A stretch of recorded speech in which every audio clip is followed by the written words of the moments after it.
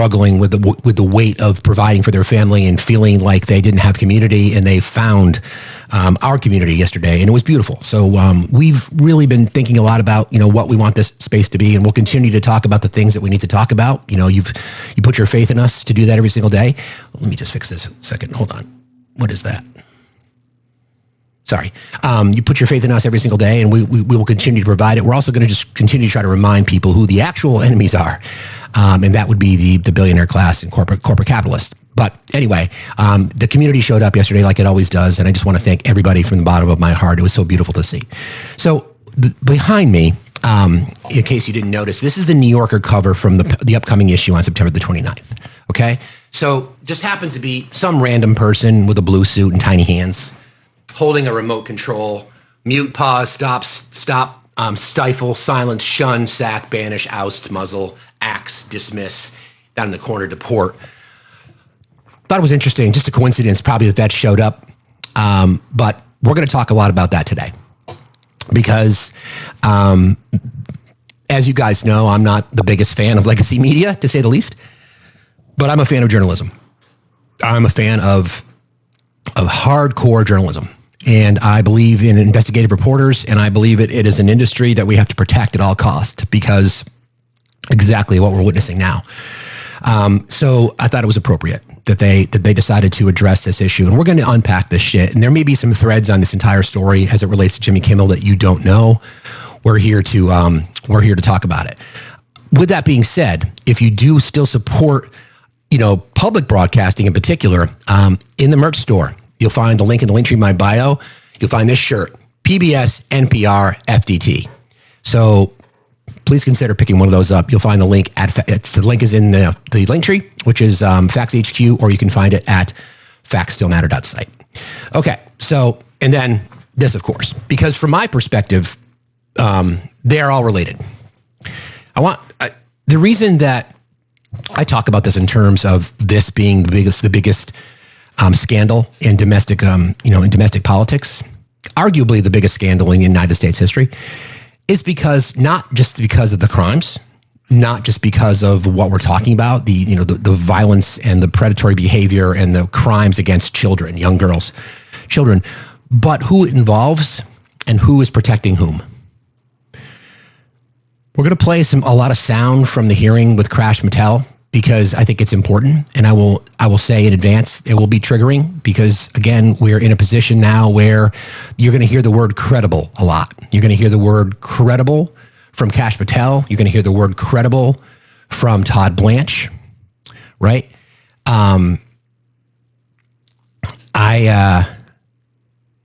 There's no other way to describe it is that's their strategy at this point, right? Their strategy is to diminish the survivors. By throwing out words like credible, that then poisons the well, so to speak, to say that all of these hundreds potentially, and never mind the hundreds, but the 20 women that went before, women who were girls at the time when they were violated, raped by the billionaire class, people that these people are protecting, that their statements, that their experiences, that their testimony should not be taken credibly. That's the strategy. Because if you think about it, that's the last bit. They're holding on by their fingernails as it is, but that's their last hope. We're going to discredit the people involved. And millions of Americans who already don't believe women will believe that story. And then that relates to what's been going on with the situation with Jimmy Kimmel. Now, there's lots to this story, and I can speak to this in a perhaps with a bit of a unique perspective because I used to hold an FCC broadcaster license. Back in those days, it was like this little yellow card that was signed by the FCC chairperson and your signature and your radio or TV ID on it, and it had to be posted on the transmitter inside the studio. So you used to have a copy for yourself in case you went to another station because you were licensed to broadcast from that particular station. So I literally had an FCC license. Most broadcasters did then, most if not all, and then most do today, right? This situation with Jimmy Kimmel, there's a bigger picture to it. And it got me thinking because like we always say here, right? Follow the money. So back in August, there was this massive merger. I just want to get the details exactly right so we can talk about it. Excuse me. Okay, this is reported by the LA Times. Nextar agrees to acquire Tegna in $6.2 billion TV station group deal. Nextar Media Group, the largest TV station ownership group in the U.S., has agreed to acquire Tegna's 64 broadcast outlets, the companies announced Tuesday. The deal will be, this is the key part, the deal will be the first major test of the TV station ownership rules under President Trump's FCC. FCC Chairman Brendan Carr has called the current rules arcane and has indicated he's open to change. The Irving, Texas-based Nextar, which owns the LA outlet KTLA, will pay $22 a share for Tegna in a deal that is valued at $6.2 billion. The offer is 30% higher than the 30-day average of Tegna. Nextar, along with Sinclair Broadcasting. Sinclair, by the way, is like the second largest media conglomerate in the country. They own a bunch of stations. Sinclair and Nextar basically colluded to put pressure on the ABC affiliates to not broadcast Jimmy Kimmel's show. Sinclair, by the way, the Sinclair broadcasting family, highly conservative, significant donors to the Trump campaign every single election cycle, 2016, 2020, 2024. I say that to you because this deal between Nextar and Tegna requires FCC approval. So it's not about what Jimmy Kimmel said. He was just the collateral damage in this case. Okay? He's literally just the piss boy in this conversation. Because all Donald Trump needed was an excuse to be able to go out and tell people in his circle, in his cult, that what Jimmy Kimmel did was in bad taste. Even if he did, it's still a violation of freedom of speech. It still gets even bigger, though. So that was the pressure. So now we've got Brendan Carr, the FCC chairperson, going out and saying things like, hang on a second, let me just get this. Hang on. Then I'm going to play some great sound from Jon Stewart, from Stephen Colbert, because it's so appropriate now. And we're going to spend a lot of time talking about this morning, just because I think I don't think people, even hardcore dedicated Trumpers, don't understand how serious this is. Part of it is that for decades, again, priming the pump as authoritarians gain power, what do they go after first? They go after the press. They need to control the narrative. In fact, it is one of the tenets of fascism, controlling the mass media. And how ironic that for years, all we heard was fake news, fake news, fake news, fake news, fake news. So in an effort to eliminate oppositional voices in broadcasting, they want to acquire stations which breaks the FCC rules regarding antitrust and conglomerates. But it gets even bigger than that, because Disney, Bob Iger, the chairperson of Disney, who owns Hulu, so Disney has, the Disney properties also include ESPN, right? And ABC. ESPN, ABC, the ownership group is Disney. They also own Hulu. They want to acquire Fubo, F-U-B-O, which is a streaming service primarily for sports. They need the federal government to approve that sale because of antitrust laws, and they need the FCC to basically break their own current rules, which limits any large syndicate to 39% ownership share. I mean, you can't own more than that. Follow what?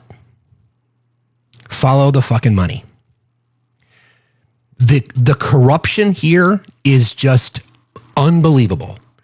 And we're likely never going to be able to convince the average MAGA voter of how dangerous this is, which is why we say every single day, we care more about this shit than they do.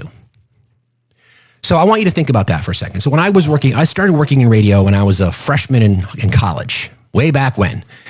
And back then, radio and TV stations were either independent for the most part or owned by small, either local or regional groups, right? And then as media expanded, like everything else, the industry itself grew. So there were companies back then like Westwood One and Clear Channel. Anybody who's ever worked in media, they'll know exactly who I'm talking about. So they started to acquire. So back then, as I was taking jobs in different stations in different markets when I was, taking time off here to run for office, taking time off here to go to grad school. I always had radio in my background. It was always something I could do. I went to work for a station in Seattle. And I remember the first time realizing what it was that I was walking into, because I saw a list of the ownership on how many stations the particular group at that time owned. It was like 65 stations. I'm like, this is crazy. And they're all over the country. So I kind of was thinking, I thought radio in particular was local broadcasting. And I remember he had to do this thing called voice tracking. So I would sit in a studio and I would come up with, that's where the name, those of you who don't know, I broadcasted from Vermont at the time. I'm combining two stories though. So I would broadcast from Vermont. I'd go in the studio and I would do what's called voice track. I would put my voice in the box, and then my voice would then be broadcast over a station in Orlando, Florida. And I did the midday show from 10 to 2, Monday through Friday. And my radio name was Jack Hammer. Yes, I shit you not. Lunchtime was called Hammer Time. I shit you not. Not my choice. They gave that to me. I'll wear that. It's totally about being transparent. But that became a model so that stations didn't have to pay local broadcasters. They could tap into people that they were already employed.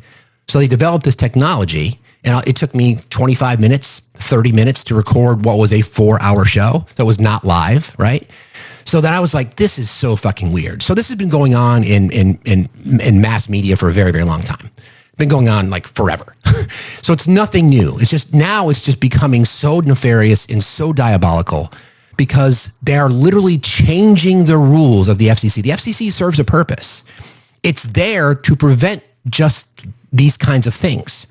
Okay, so this is Brendan Carr, and we'll talk more about this in a second because I just don't know if people are taking this seriously enough. I mean, obviously this is a free speech issue, but this is a free press issue too.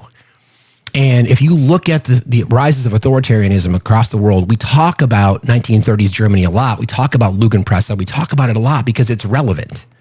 It's relevant because we're seeing it again.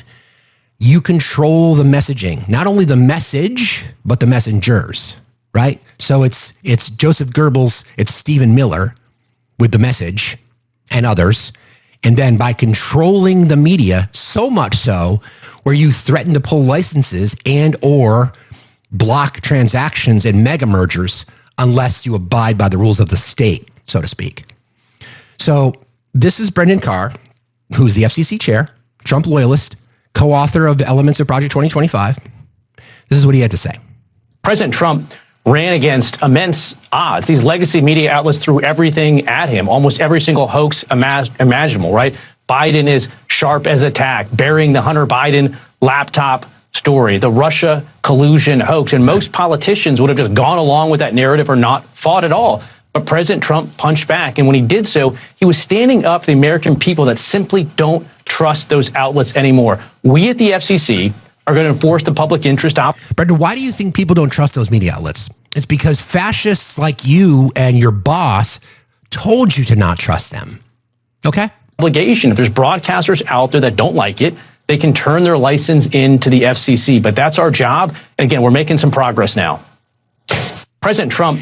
So again, the argument that they're trying to make is that the president stood up for free speech.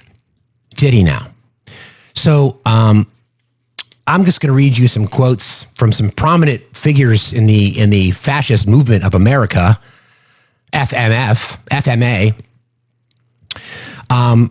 It's what they said then, what they said now. Excuse me. President Trump, what he said: never again will the immense power of the state be weaponized to persecute political opponents. President Trump kicked off his second term with a promise made during his inauguration speech to, quote, immediately stop all government censorship and bring back free speech to America. What he's saying now: Trump cheered ABC's decision this week to suspend Jimmy Kimmel's talk show over his comments about Kirk and called on other networks to follow suit. Trump also claimed without evidence that 97% of the coverage of him on network TV was negative, suggesting that, quote, maybe their license should be taken away. Vice President JD Vance, quote, what he said: under Donald Trump's leadership, we may disagree with your views, but we will fight to defend your right to offer it in public in the public square agree or disagree. At the time, Vance admonished European leaders in February to do more to guarantee free speech freedoms. What he's saying now, when you see someone celebrating Charlie's unaliving, call them out, and hell, call their employer, Vance said this week while hosting Kirk's podcast from the White House. Okay, Stephen Miller, what he said. During a rally in October of 2024, Miller criticized, quote, a political system that punishes hardworking citizens, oppresses them at every turn, takes away their right to free speech, their right to political expression, the right to fundamental safety in their own country. During Trump's campaign, Miller accused his predecessors of having denied Americans free speech protections.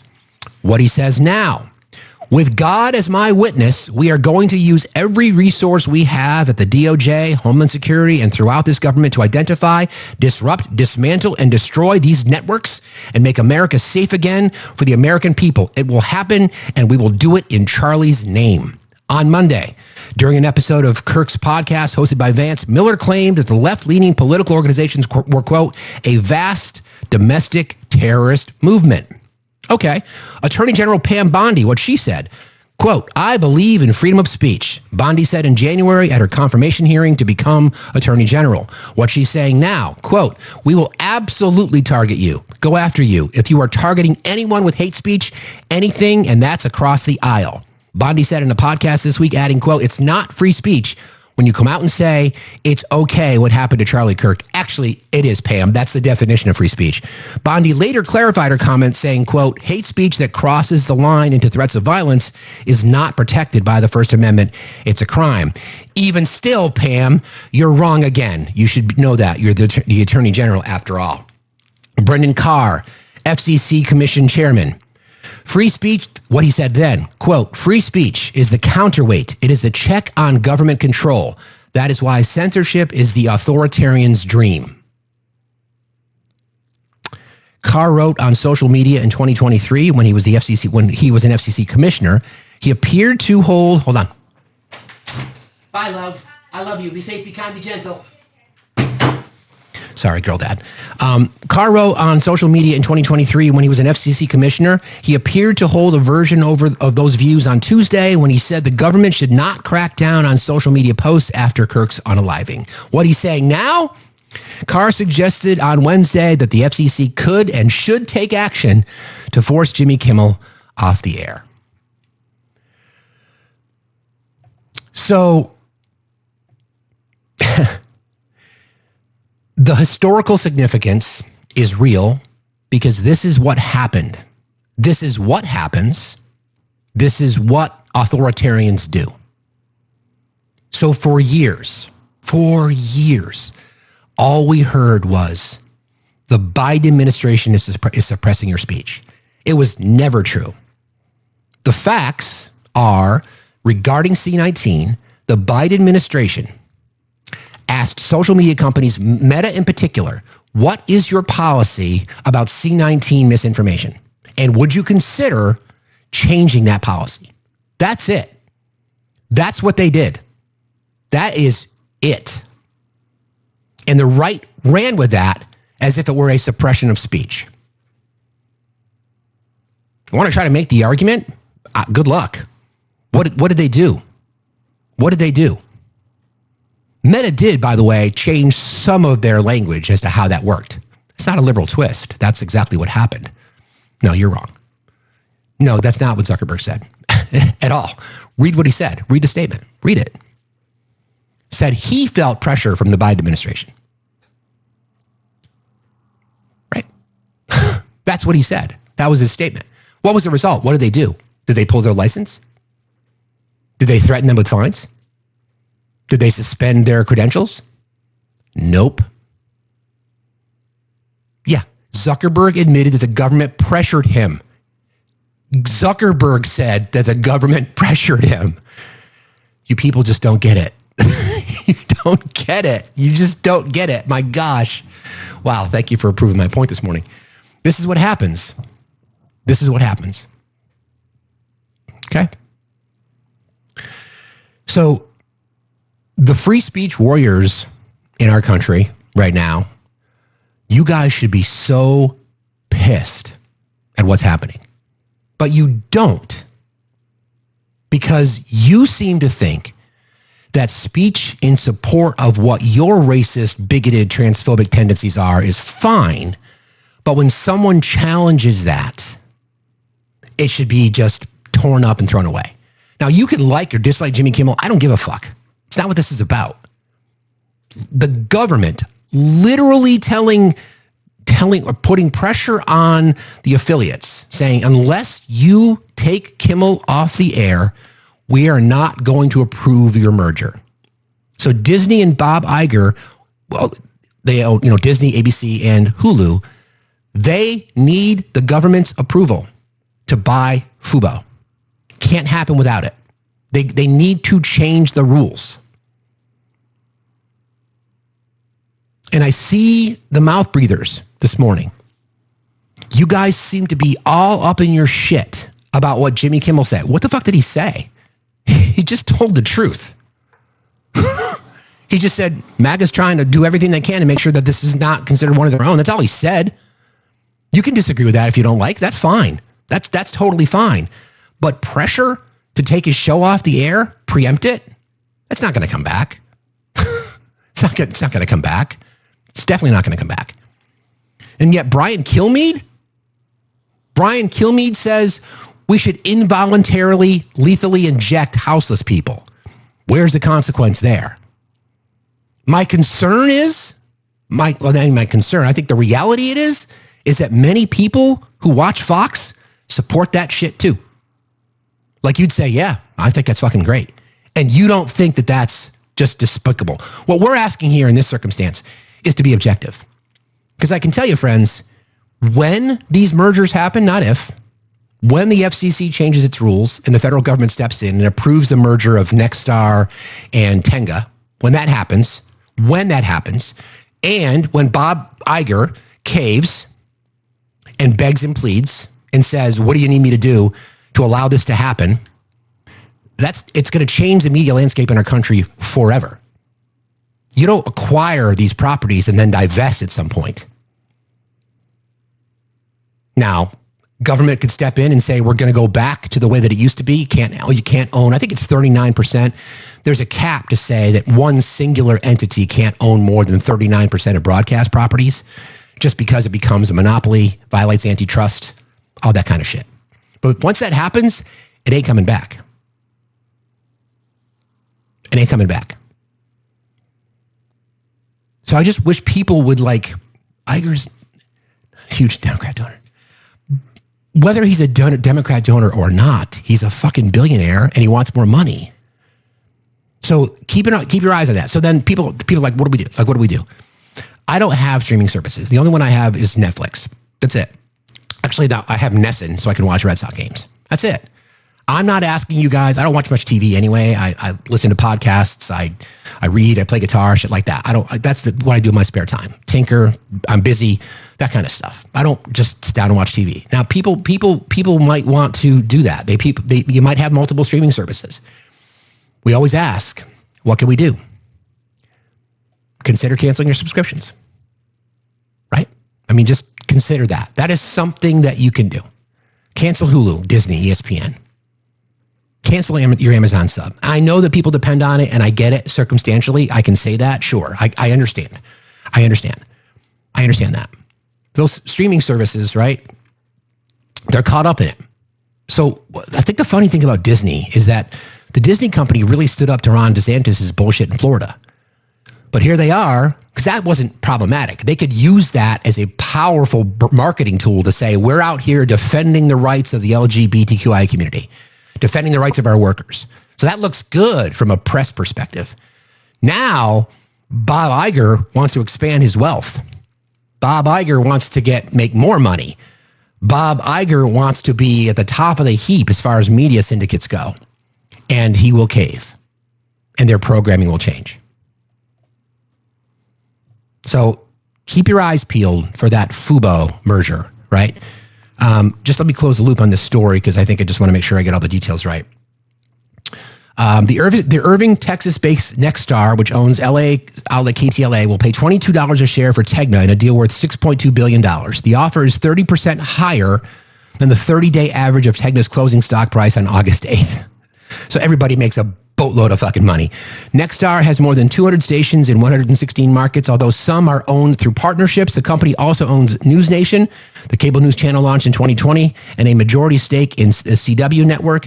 Tegna currently owns TV stations in 51 markets, including KMFB in San Diego and KXTV in Sacramento. The combined companies would have a total of 265 stations, reaching 80% of the United States. Broadcasters have asked the FCC to lift the current ownership cap that limits owners to coverage of 39% of the country. So they would double their reach. So they can consolidate and achieve the scale needed to compete with tech firms that don't face the same type of regularity restrictions. The ownership cap was last revised upward in the pre-streaming era of 2004. The FCC rules also limit the number of stations and owners that an owner can have in a single market. The initiatives being pursued by the Trump administration offer local broadcasters the opportunity to expand reach, level the playing field, and compete more effectively with big tech and legacy big media companies. The term legacy big media, there is no bigger group of legacy media than what we're talking about here between Sinclair, who are hardcore conservative donors, like hardcore conservative donors, have been funding the Trump campaign, billions of dollars, benefit from tax cuts, will enrich themselves. Wall Street Journal reported Monday that Sinclair Broadcasting, a Baltimore-based station ownership group, also made an unsolicited bid to merge its stations with Tegna. Sook downplayed the Sinclair proposal during a Tuesday appearance on CNBC. He said he was informed of the bid Monday, and the Tegna board is proceeding with Nextar. So, like, you know, people who support right-wing politics, conservatives, right, MAGA, you guys don't understand how bad this is. You just don't. And so I was really curious. So I solicited Grok because I was curious what Grok had to say about media bias, right?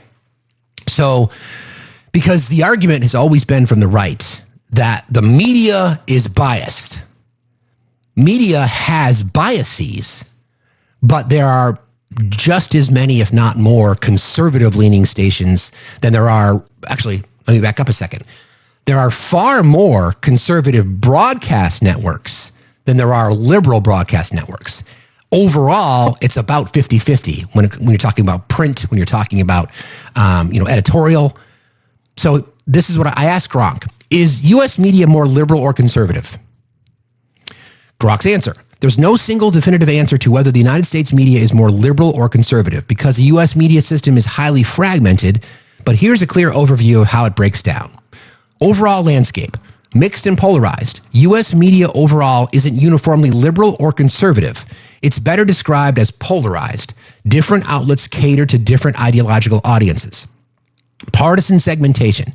Since the rise of cable news and digital media, audiences increasingly self-select outlets that match their political views.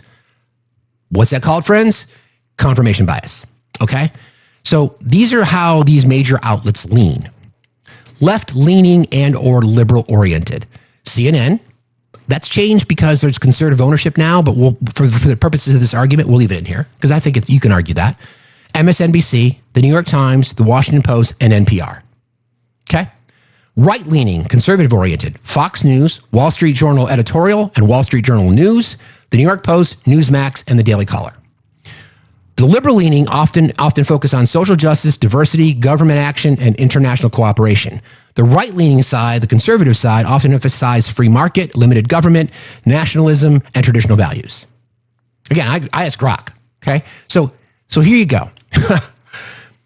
Think about what the Grok said, okay, in regard to what the left-leaning media organizations stand for. Often focus on social justice, diversity, government action, and international cooperation. The right, free market, limited government, nationalism, and traditional values. Limited government.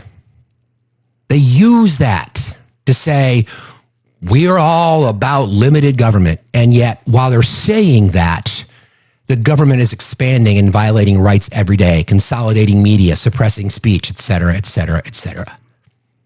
Yeah, Robin's right. Limited government to the right means no services. It doesn't mean less government officials. Yeah, exactly. Big government meaning that they want to control everything and punish the marginalized. From a public perception perspective, Grok referred to a Pew Research poll. Audience surveys show that Democrats overwhelmingly trust and consume liberal-leaning outlets. I think that's true. Confirmation bias does exist on both sides. Again, though, think about how they categorize liberal-leaning. Social justice, diversity, government action, and international cooperation. Okay? Republicans overwhelmingly trust conservative outlets and distrust just about everything else. Content analysis generally find that mainstream news coverage, for example, the Associated Press, Reuters, ABC News, strives for neutrality, but can show a slight liberal bias in story selection, framing, and editorializing. Argument, that makes sense. Talk shows, opinion segments, and cable primetime are far more partisan, with MSNBC on the left and Fox News on the right. So we talk about journalistic integrity, right? So the journalists in the U.S. media ecosystem, the ones that you could, I want to say this, rely on more, because we all have biases, are print journalists. People who made their way through up the ranks in journalism through print, right? Through print, through commentary, and then they became talking heads on legacy media, right? Why it feels more liberal overall. Most journalists in the U.S. personally lean left on social issues, especially in major urban newsrooms. Again, lean left on social issues. Cultural industries, Hollywood, entertainment, tech media, skew liberal, which colors perception of media overall. However, conservative media is extremely influential and dominates among Republican audiences, creating a power counterbalance. Basically, what that says is that, yes, industries and people who were trained in media, the individuals themselves, tend to be more liberal. But because of the power, the weight, and the exposure of conservative media, it balances it out.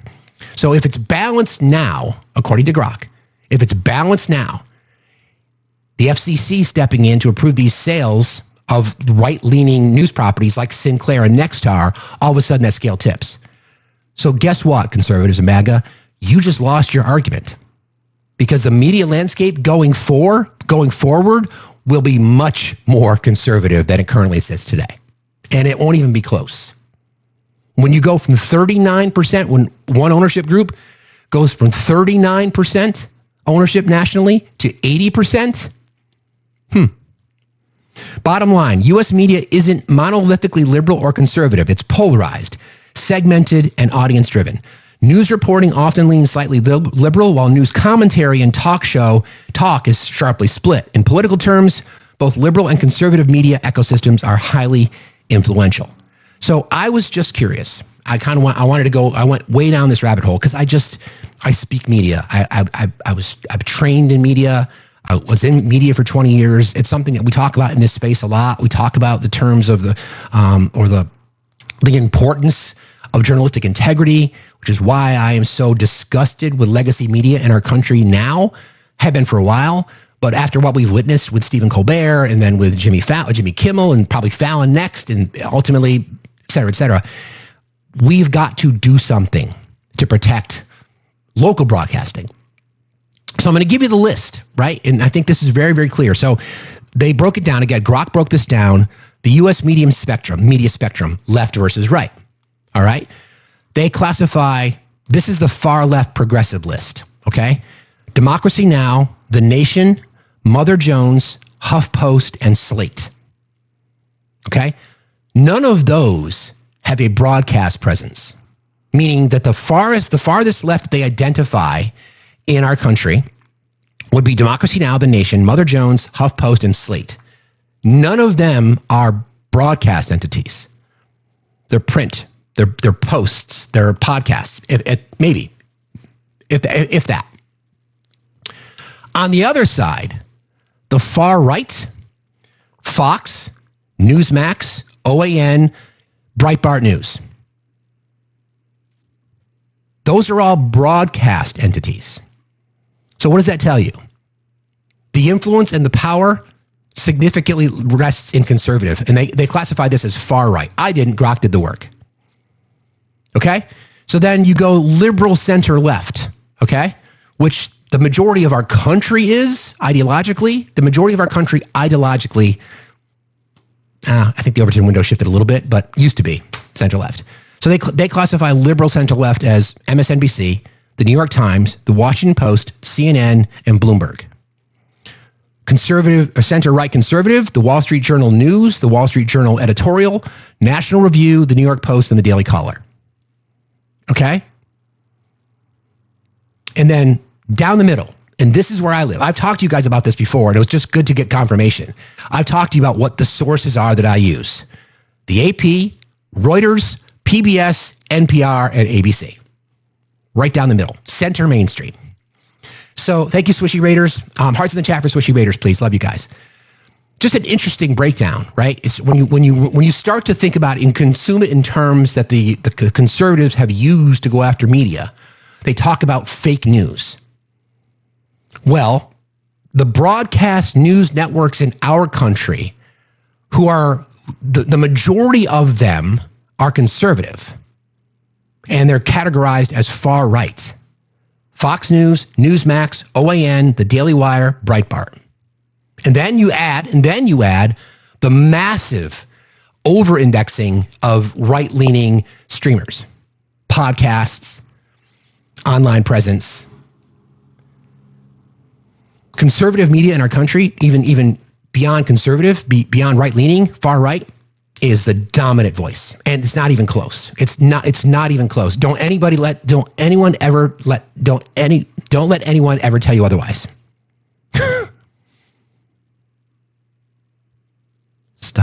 Stop what you're doing to scream with me in the woods. Stop what you're doing to scream with me in the woods.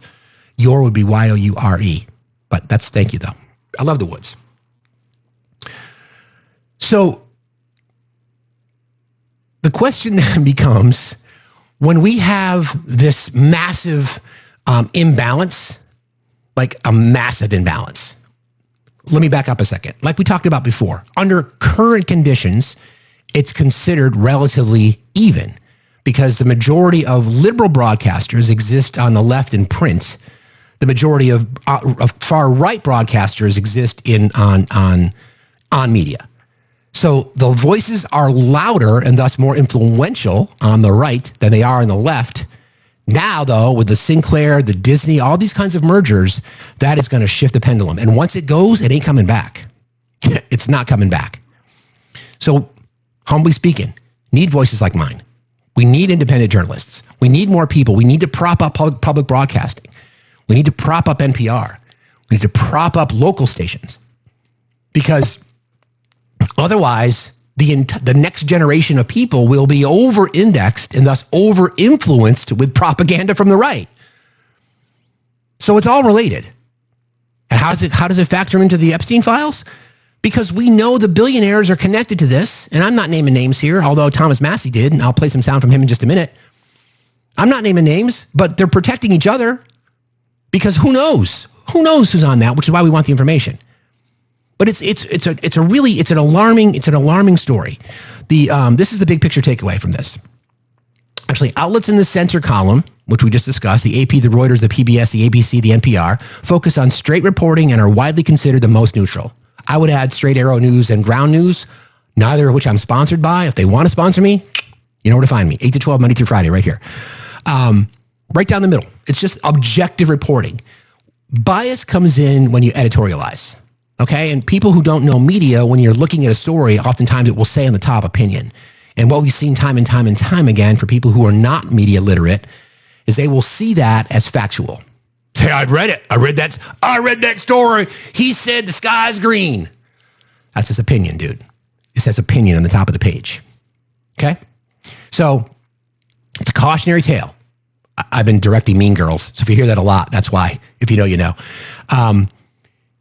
We've got very, very little time to address this. And like I've said before, this has been a concerted effort from the right for decades to tell the American public that you can't trust journalism, No matter what, you can't trust journalists. So we find ourselves in a situation now where Jimmy Kimmel is the scapegoat. He's the patsy in this whole thing to get removed because Trump didn't like him. So the pressure then comes from the Trump administration to say, you want me to approve this merger? You get him off the air. Meanwhile, Brian Kilmeade on Fox says that we should be what's the word he used? Giving, I forget the term. Do I have the sound? You know what I mean. Unauthorized lethal injections for the houseless people. Yeah, unauthorized lethal injections. And that's fine. Involuntary, thank you. Involuntary lethal injections. Kill them, is what he said. That's fine. That's okay. This is the part that really, this really gets to me because, the free speech warriors. And the one thing that I probably agreed with a hardcore MAGA on is the defense of the free press. And, well, I should say the defense of free speech, because I believe in free speech. I really do. I mean, I do think that hate speech is something that has to be looked at from a legal perspective, but not as a violation of, like, if hate speech, if you can connect someone's speech to the action that they use in their speech, I think that could be an elevator on your charges. But in and of itself, hate speech is protected. When you live in a country that prescribes to the theory of freedom of speech, as is outlined in our Constitution, then you got to take the good with the bad. And I accept that. And I think we all should. So I would agree with people on the right to say that. But now you're in a position where you're attempting to use the canonization of a fucking bigot as a reason for people to lose their job. Like, people should lose their job because they speak their mind? They're trying to turn Charlie Kirk into a fucking saint. I found this sound. I think this is Troy Niels. I think that's his name. He is a fucknut on a good day. Where is it? Yeah, I think his name is Troy Niels. If I get that wrong, I'll fix it. But listen to this shit. This is what we're talking about. This is fucking wild. I would say if Charlie Kirk lived in the biblical times, he'd have been the 13th disciple. He'd have been the 13th disciple. Charlie Kirk would have been the 13th disciple. What? What? By the way, just a little data for you. White men in America comprise 28% of the population. I confirmed this last night. White men in America comprise 28% of the population, but yet are responsible for 55% of the kidnapping, 56% of the rape, 58% of the mass unalivings, 59% of child porn arrest, 62% of statutory rape or pedophilia, 63% of prostitution solicitations, 68% of violations of the 1934 Firearm Act, and 75% of incest perpetrators. Who the fuck are we protecting? Who are we protecting? It's all men until it's no men. It's all white people until it's no white people. Therefore, it's all white men until it's none. 28% of the population. This is the data. This is from the census. I confirmed it last night. 28% of the United States population is comprised of white men. 55%, they commit 55% of the kidnappings, 56% of the rape, 58% of the mass unalivings, 59% of the child porn arrests, 62% of the statutory rape, which is considered P3D-ophilia, 63% of prostitution solicitations, 68% of 1934 NFA offenses, and 75% of incest perpetrators. Those people predominantly watch conservative media. This has been studied. The highest incidences of trans porn searches coming from white people in red states.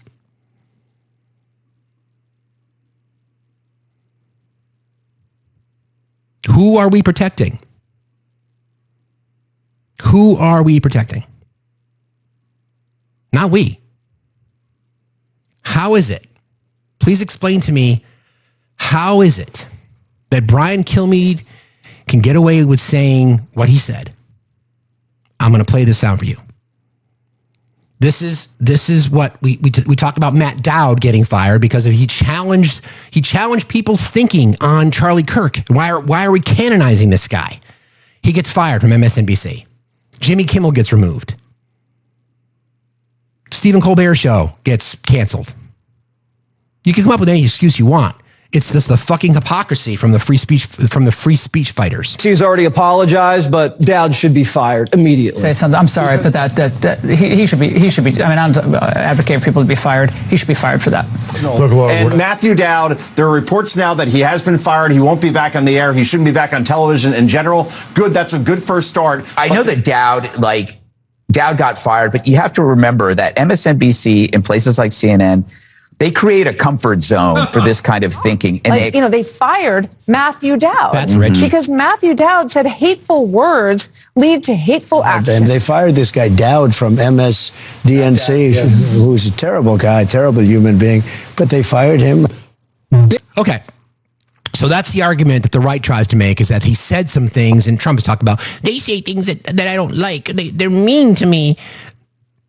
So that's free speech, right? And those media entities held their own accountable. I think MSNBC went too far by firing him. Seriously, I think it was bullshit. whatever. But how then, MAGA free fighters, explain to me why it is. I mean, I know the answer, but I'd like you to think about it.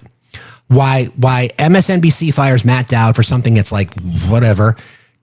Jimmy Kimmel loses his job. We now know why he's being preempted because of the media merger, and Trump doesn't like what he had to say.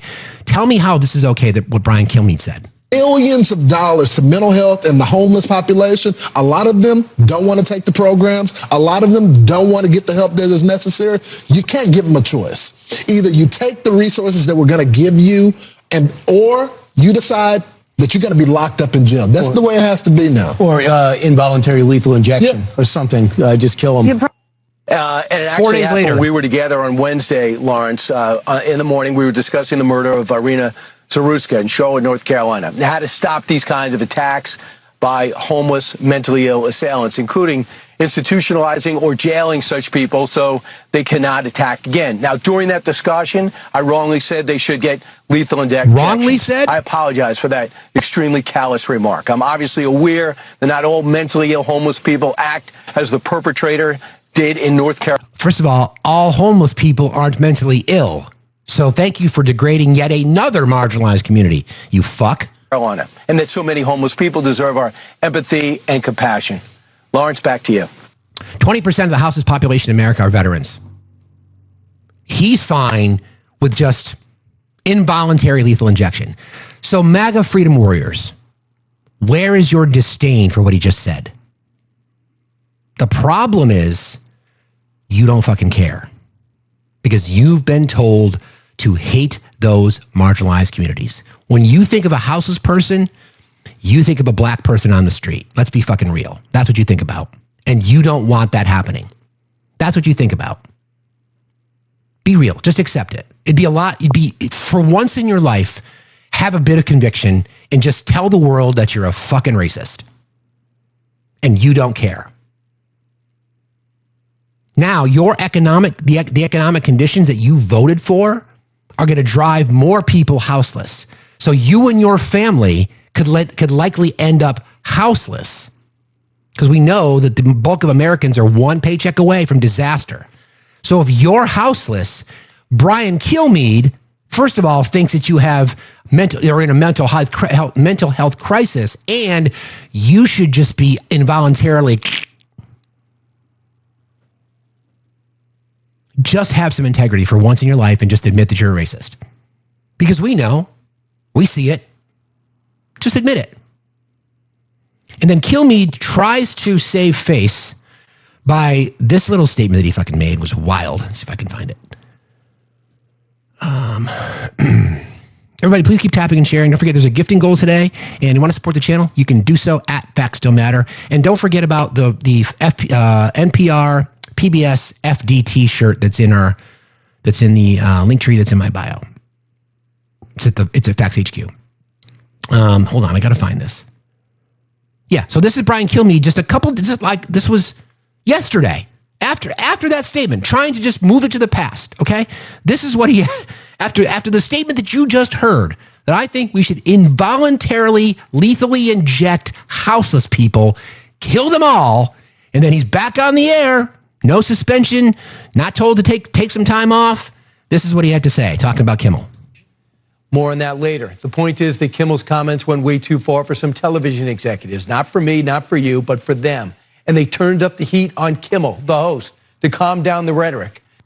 They turned up the heat on Kimmel to calm down the rhetoric. Was he suspended? Was his show preempted? Was he taken off the air?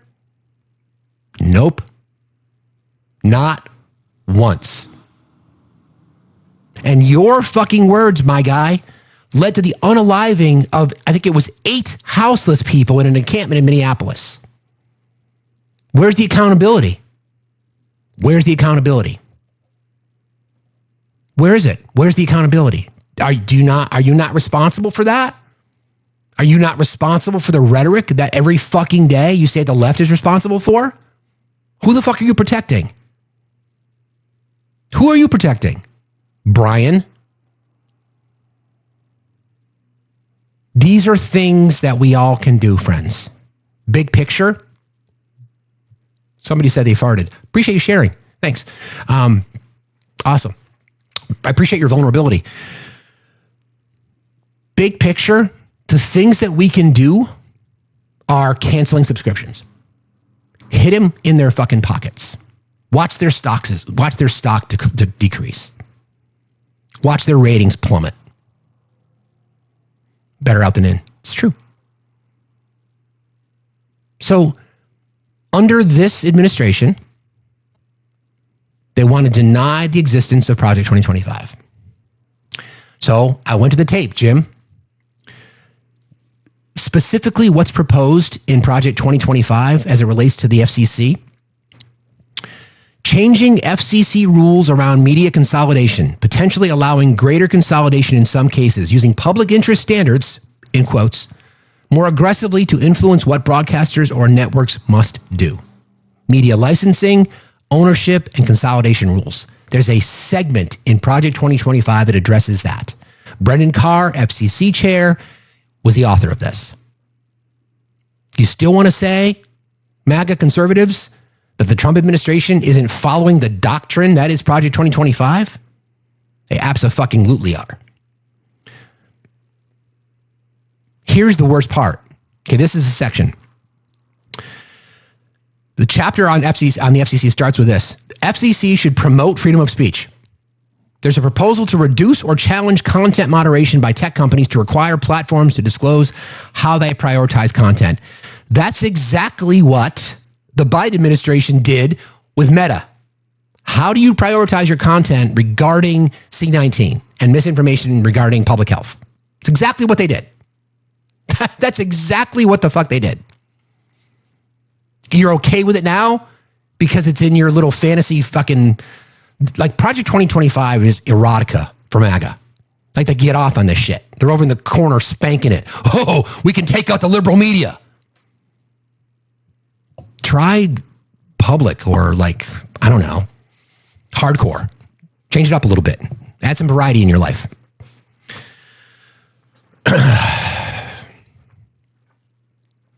Reining in big tech is another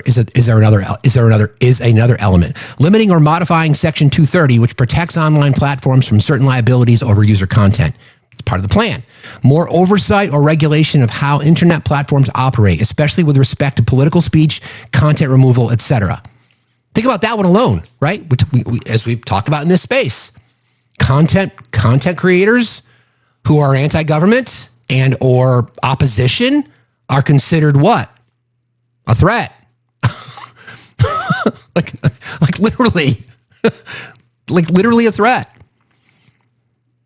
Limiting or modifying, again, more oversight or regulation of how internet platforms operate, especially with respect to political speech, content removal, etc. Who's the arbiter? The arbiter right now are the fascists in charge. Brendan Carr, chairman of the FCC, and the Trump administration, and the Trump DOJ. Antitrust laws. Changing FCC rules around media consolidation, potentially allowing greater consolidation in some cases. That's exactly what this is. Changing the rules so much so that if you fire Jimmy Kimmel, we will change the rules for you so that we can violate our own rules, which will lead from 39% U.S. coverage to 80%. Okay. Concern about foreign adversaries, especially China, in telecommunications and technology infrastructure, possibly stricter regulations of foreign government involvement in U.S. telecom. Really? Okay. There are suggestions in Project 2025 to cut back or change how the FCC handles broadband affordability programs and digital equity efforts. Massive part of the infrastructure bill passed under the Biden administration, thank you, Joe, was to expand the grid, to give more people more access, which I support. There are underserved communities in our country. Kids don't have the ability to get online unless they're at school. That's just ridiculous. That's just freaking ridiculous. And then more oversight or alignment of the FCC with the White House's priorities, possibly reducing its independence. Listen to that again, MAGA. More oversight, in other words, big government, more oversight or alignment of the FCC with the White House's priorities, possibly reducing its own independence. Changes to regulatory burden, rulemaking processes, perhaps staffing aligned with ideological loyalty. Every government agency aligned with ideologically. In other words, friends, that's the deep state. That's exactly what that is. They are creating the deep state. Civil employees, civil servants got kicked out of government because they didn't align ideologically. Loyalty tests at the FBI. Are you ideologically aligned with the Trump administration? That's not how government is supposed to work. Civil servants in government, in many cases, have been there for 25, 30 years. They've served multiple administrations. They are apolitical as far as their job goes. Who they vote for is irrelevant. They're apolitical. Their job is to do the job. Their job is to do the job. And that's what they do. So they get moved out, right? They get moved out to be replaced by loyalists. Look at the fucking cabinet. Kash Patel, Pam Bondi, Pete Hegseth, et cetera, et cetera. I mean, Linda McMahon, Howard Nuttlick, RFK. They're not independent. They're loyalists. They are fucking loyalists. They are, again, they use rhetoric to say, we're going to come in, we're going to clean up the deep state. They are the fucking deep state. They are the deep state. That's it. That's it. So they're going to change the rules. This is why this is so important to everybody. And thank you for letting me do this because I think it's necessary. I don't know if people are going to break it down this way. Again, support your independent journalists, please. The reason that this is so dangerous, and I'll say it again, when these consolidations and mergers happen, they aren't coming back. So when it happens, not if, when it happens, when they approve the merger between Nextar and Tenga, when they approve the merger that will allow Disney and Hulu to buy Fubo, it ain't coming back. It ain't coming back. So we, as a citizenry, have to ask ourselves some questions. We're entitled to have access to the information that we do. You want to sit on your couch on Sundays and do whatever it is that you do. Are you going to make a sacrifice? Are you going to pass it up? Are you going to say, you know what? I'm done. I'm done. That is the only power that we have. That's it. That's the only power we have. Some people call it the national strike. There's 350 million of us, friends. 350 million. There's 1,700 people in here right now. If each of you canceled your subscriptions to Disney, Disney Plus, whatever it is, ESPN, Hulu, if you have cable, cancel it. That's the only thing that we can do. That's it. We need an economic boycott. You're right.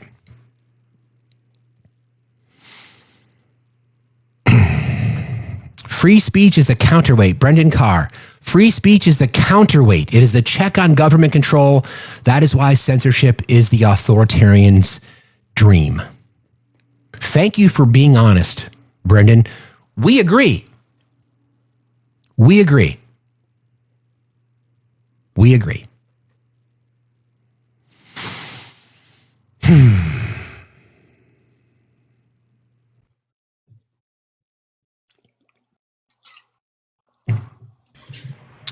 Hi, Jen.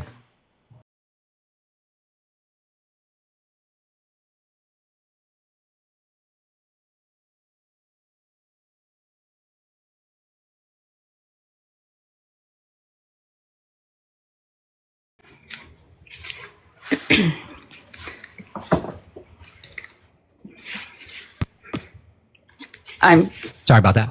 No, you're good. I'm sorry. I was looking for socks. I just wanted to make a comment because it's interesting to me that MAGA continues to talk about Facebook and censorship. But I think the reality is that they didn't see what was going on at the front line. Of course not.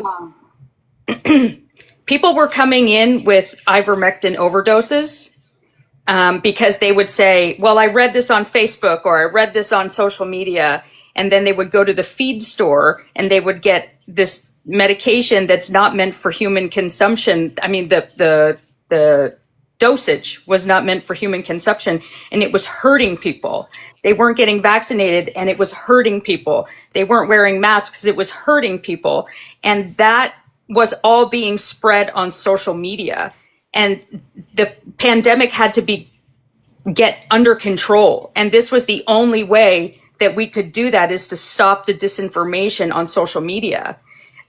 They complain about being locked in their houses and having to have masks. Well, then let us do our job and give people the right information so you can come out of there, because every day that we do this, it just makes it like, I think the thing is that, and you can confirm it if I'm wrong, you can't say things that hurt people. Right? You don't have the freedom to say something and then it hurts somebody severely to a point where they lose their life and then claim free speech. You can say, that's what free speech is. You can say those things. It doesn't mean that there won't be consequences, but you can say it. That's the point. That's what free speech is. So you have to take the good with the bad. Well, this was an attempt to stop the pandemic.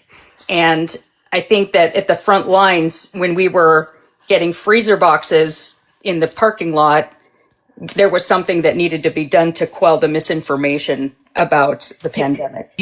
Yeah, and I don't disagree with you. My point is, free speech has consequences, right? You can say whatever you want. That's the whole point of free speech. Not all speech is protected. Let's be real. I understand that. At a private institution, it's the government can't suppress your speech. Now there may be things like you can't swear at work. That could be a governmental policy. Things like that. That's different.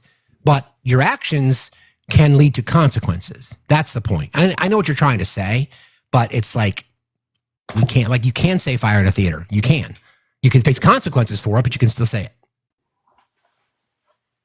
No, right. But I think what I'm trying to say is that you can't claim free speech and get away with it, is what I'm saying. Like you said, there's consequences for it. Exactly. Right. It's right.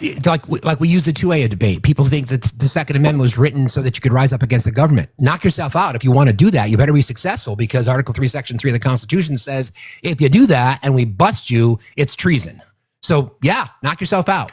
But there are consequences. That's the point. Right. So I think that you need, like, when they say this stuff, they just need to understand what us healthcare providers were going through at the front lines, and then trying to control the nation's health, So yeah. I think that's a missing piece a lot of the times. I agree. I mean, like everything in life, actions have consequences. We teach our kids that. Like, I'm a big believer in natural consequences when my kids were little, right? This is an example of something. The question is, we're going to be consistent. If Jimmy Kimmel loses his job for something that wasn't even controversial, Brian Kilmeade doesn't, which absolutely was horrible what he said. That's the consistency. Right. But I appreciate your perspective as always, my friend. Thank you for being here. Okay, thanks. All right, bye. You got it. See you later. like everything, right? I mean, you are free. People have to understand the difference between, maybe this is a good opportunity. Freedom of speech is that the government can't suppress your speech. Okay? Me kicking somebody, blocking from the live, the MAGA thinks that that's my suppressing your speech.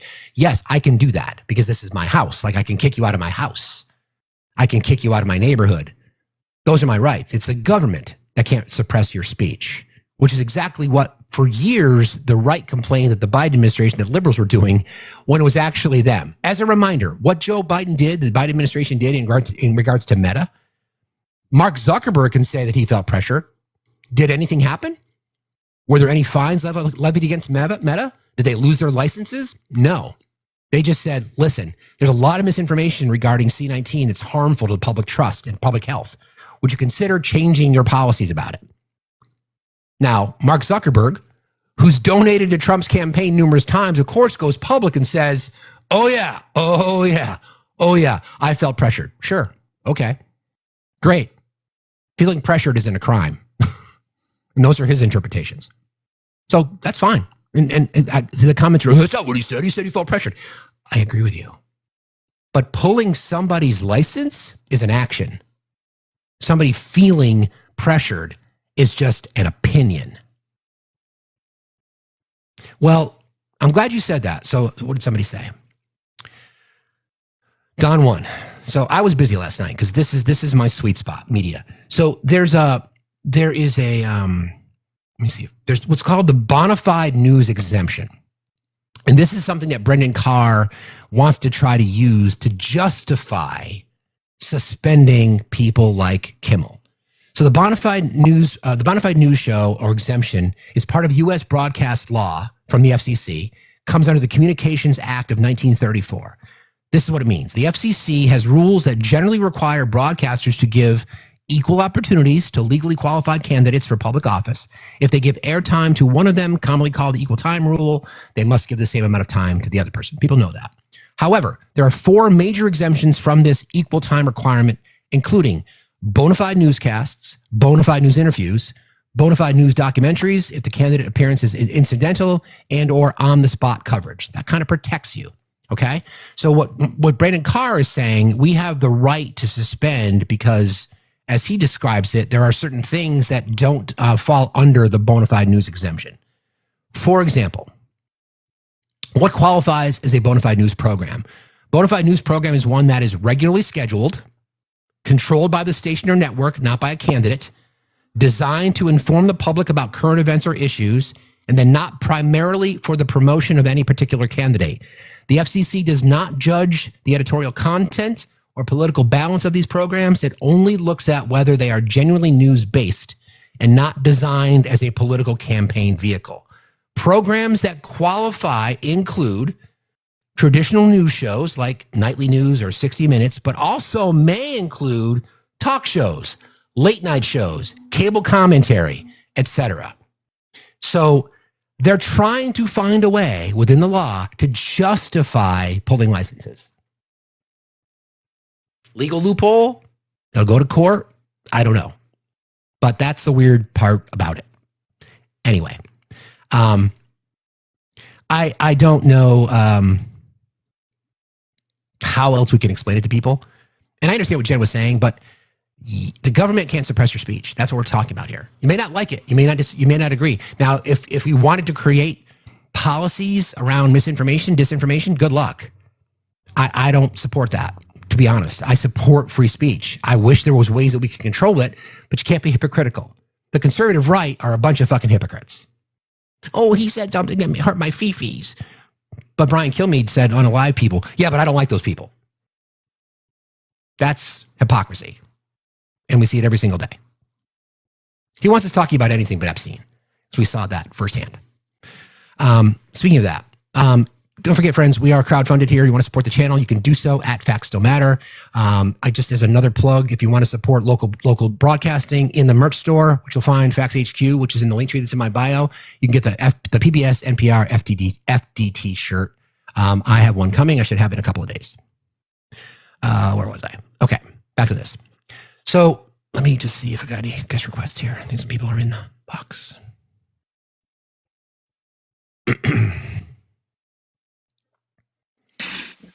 Good morning, brother. How are you? Doing well. Dobre Utra. Another wonderful day in the USSRA. Also, it's TGIF. It's thank God it's Antifa Friday. Yes. Well, we decided to change it to Free Speech Friday. I'm with you in my heart, but I'm thinking since the president decided to call Antifa a terrorist organization, maybe I should probably just consider, a language change, so to speak. But it's Free Speech Friday. Yeah, I know you would be the first to say you're Antifa too anyway. So yeah. Fuck yeah. Damn straight I am. That's right. Antifa for life. In this conversation we're having about the FCC and stuff, I have heard that Carr wants to go after The View next. He's said that that's the next on their target list, and I guess because it's ABC and they know they've got them over a barrel, they can threaten them next on that. Yeah. Well, I just saw something from Brendan Carr talking about how. Let me see. Since you're here, let me play this sound. Again, Brendan Carr, a lackey to the Trump administration, co-author of Project 2025. This is what he had to say. And so again, we're going back to that era when local TV stations judging the public interest get to decide what the American people think. And again, we're constraining the power. Get to decide what the American people think? Wait a second. Hold on. Get to decide what the American people think. And again, we're constraining the power through those actions of Disney, of Comcast. I think the American public are going to be much better off. But yeah, I don't think this is the last shoe to drop. Whoa. Oof. Interesting. Now the thoughts in my head. Oh, that's going to be up for judgment now, apparently. God damn it. The American public is crying out. We want to be told what to think. I can't think for myself, so please, Project 2025, tell me what to think. We're going to go back to an era where local TV stations judging the public interest get to decide what the American people think. Oof. I don't think this is the last shoe to drop. The consequences will continue to flow. Eek. I know you always say, what can we do? I heard my local weatherman, he's very outspoken on Twitter, which is amazing because he kind of broadcasts from a rural area. I don't think his bosses know how to read Twitter, but anyway, he's worked in the industry for like 45 years, and he had a really good suggestion. He said, if you live in one of the markets that Sinclair or Nextar own, what you should do is watch one of their news broadcasts, make a note of every advertiser that they show, call them up, and tell them you will boycott them. Yeah, I think the economic civil war, people have talked about that, but I will ask conservatives now, do you want media telling you what to think? People, don't forget, this is really important that we discuss this. Smart people don't like me. As a reminder, smart people don't like him. As a conservative, as a constitutionalist, as a person who claims that you don't want the government telling you what to do, your government is now telling you that they're going to tell you what to think. That's wild. I think they were off by what, 40 years on the novel 1984. Jesus, seriously, it's fucking big. It's big brother. We are in it. We are. Thank you for your perspective, my friend. I appreciate no problem. Have a great one. Free Speech Friday. Free Speech Friday. See you later, buddy. I got you. I'm sweating like crazy. Sorry. It's hot in here. It's getting hot. I'm sorry. I got to hear that again. I'm sorry, but that's just fucking wild shit, man. Here we go. Brendan Carr, co-author of Project 2025, chairman of the FCC under the Trump administration. And so again, we're going back to that era when local TV stations judging the public interest get to decide what the American people think. And again, we're constraining the power through those actions of Disney, of Comcast. I think the American public are going to be much. We're going to tell you what to think by constraining the power of free speech and the free press. Okay. It's good to know. That's really good to know. So let's take a little break from that. Let's listen to Stephen Colbert and let's listen to Jon Stewart. Okay? Colbert first. Colbert's got swept up in this. All right? He and Jimmy Kimmel are friends. After Carr makes his statements about ABC, Kimmel gets yanked off the air. This decision came after senior executives at ABC, Disney, and affiliates convened emergency meetings during which multiple execs felt that Kimmel had not actually said anything over the line, but the threat of Trump administration retaliation loomed. As one source at ABC put it, they were pissing themselves all day. On the bright side, that proves Disney is #1 in streaming. Oh!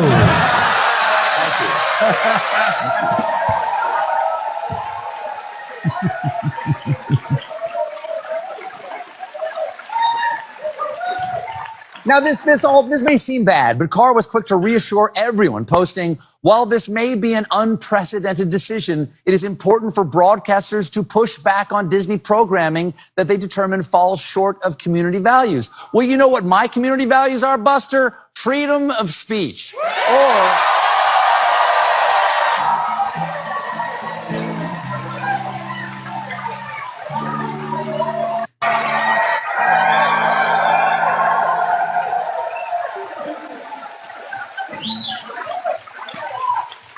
Or as Alexander Hamilton called it, Hakuna Matata. People across the country are shocked by this blatant assault on the freedom of speech. Connecticut Senator Chris Murphy posted this video of himself. Stephen Colbert is gone. Jimmy Kimmel is gone. And Colbert disappears.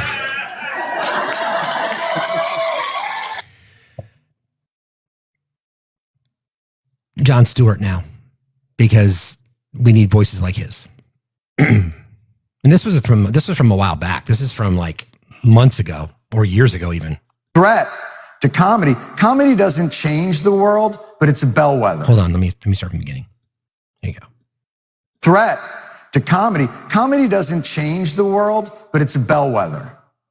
We're the banana peel in the coal mine. When a society is under threat, comedians are the ones who get sent away first. It's true. It's just a reminder to people that democracy is under threat.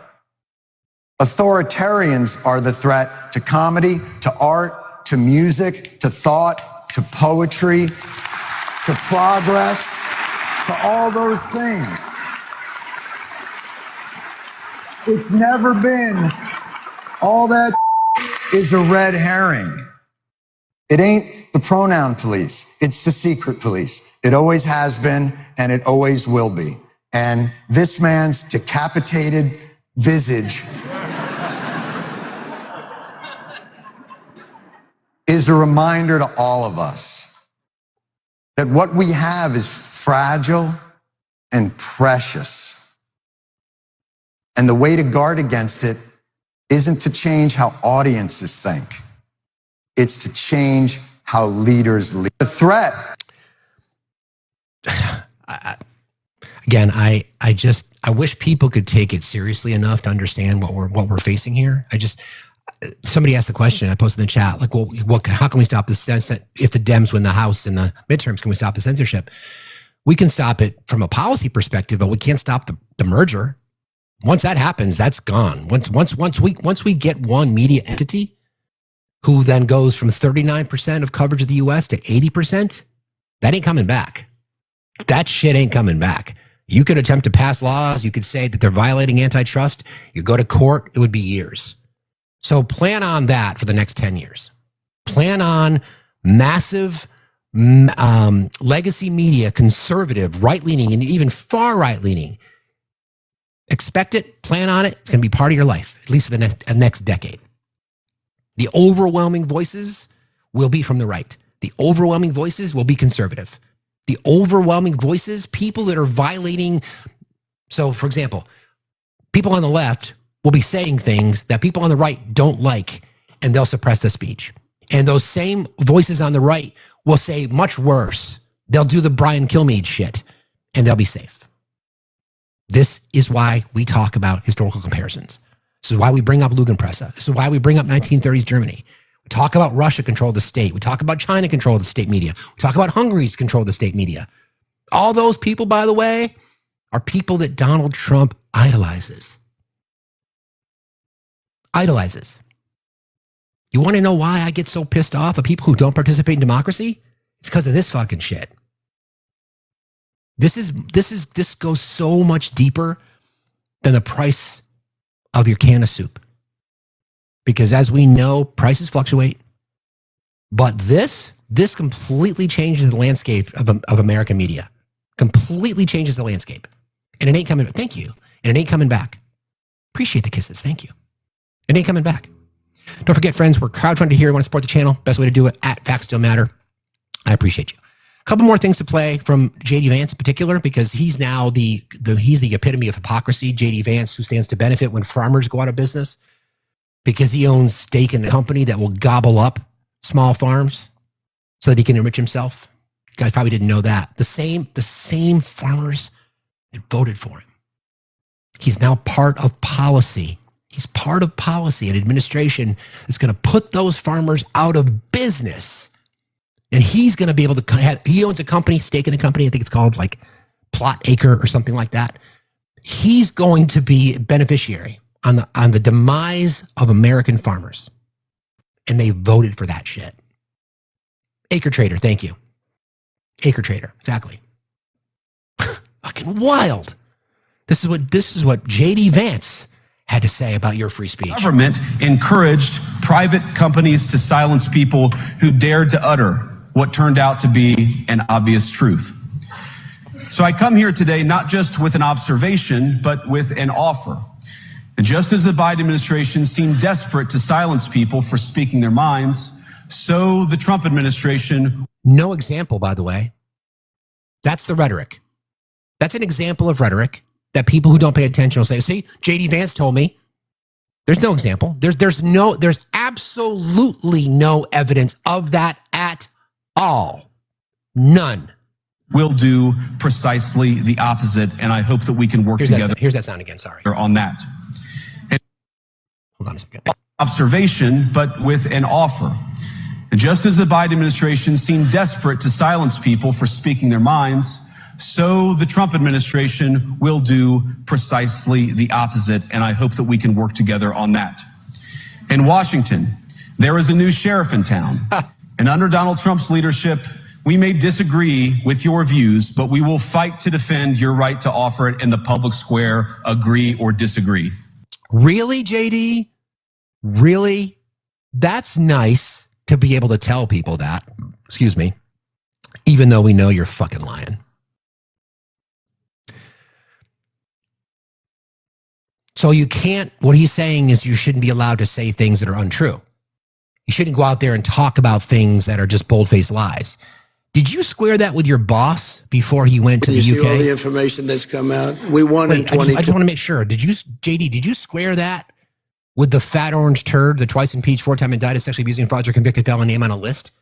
Did you square that with him to make sure that he's aware that you can't say things that are untrue without consequences? You see all the information that's come out. We won in 2020 big. And I said, let's run. We got to run because I saw what was happening. And the worst thing that I saw was all of these people. You know, we've already solved inflation. We solved prices. Oil is way down. Energy is way down. In the United States. What? You solved inflation?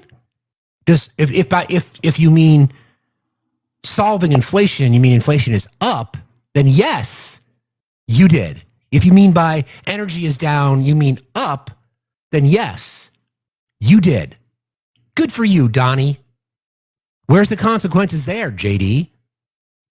Aren't we supposed to be protecting credibility of speech?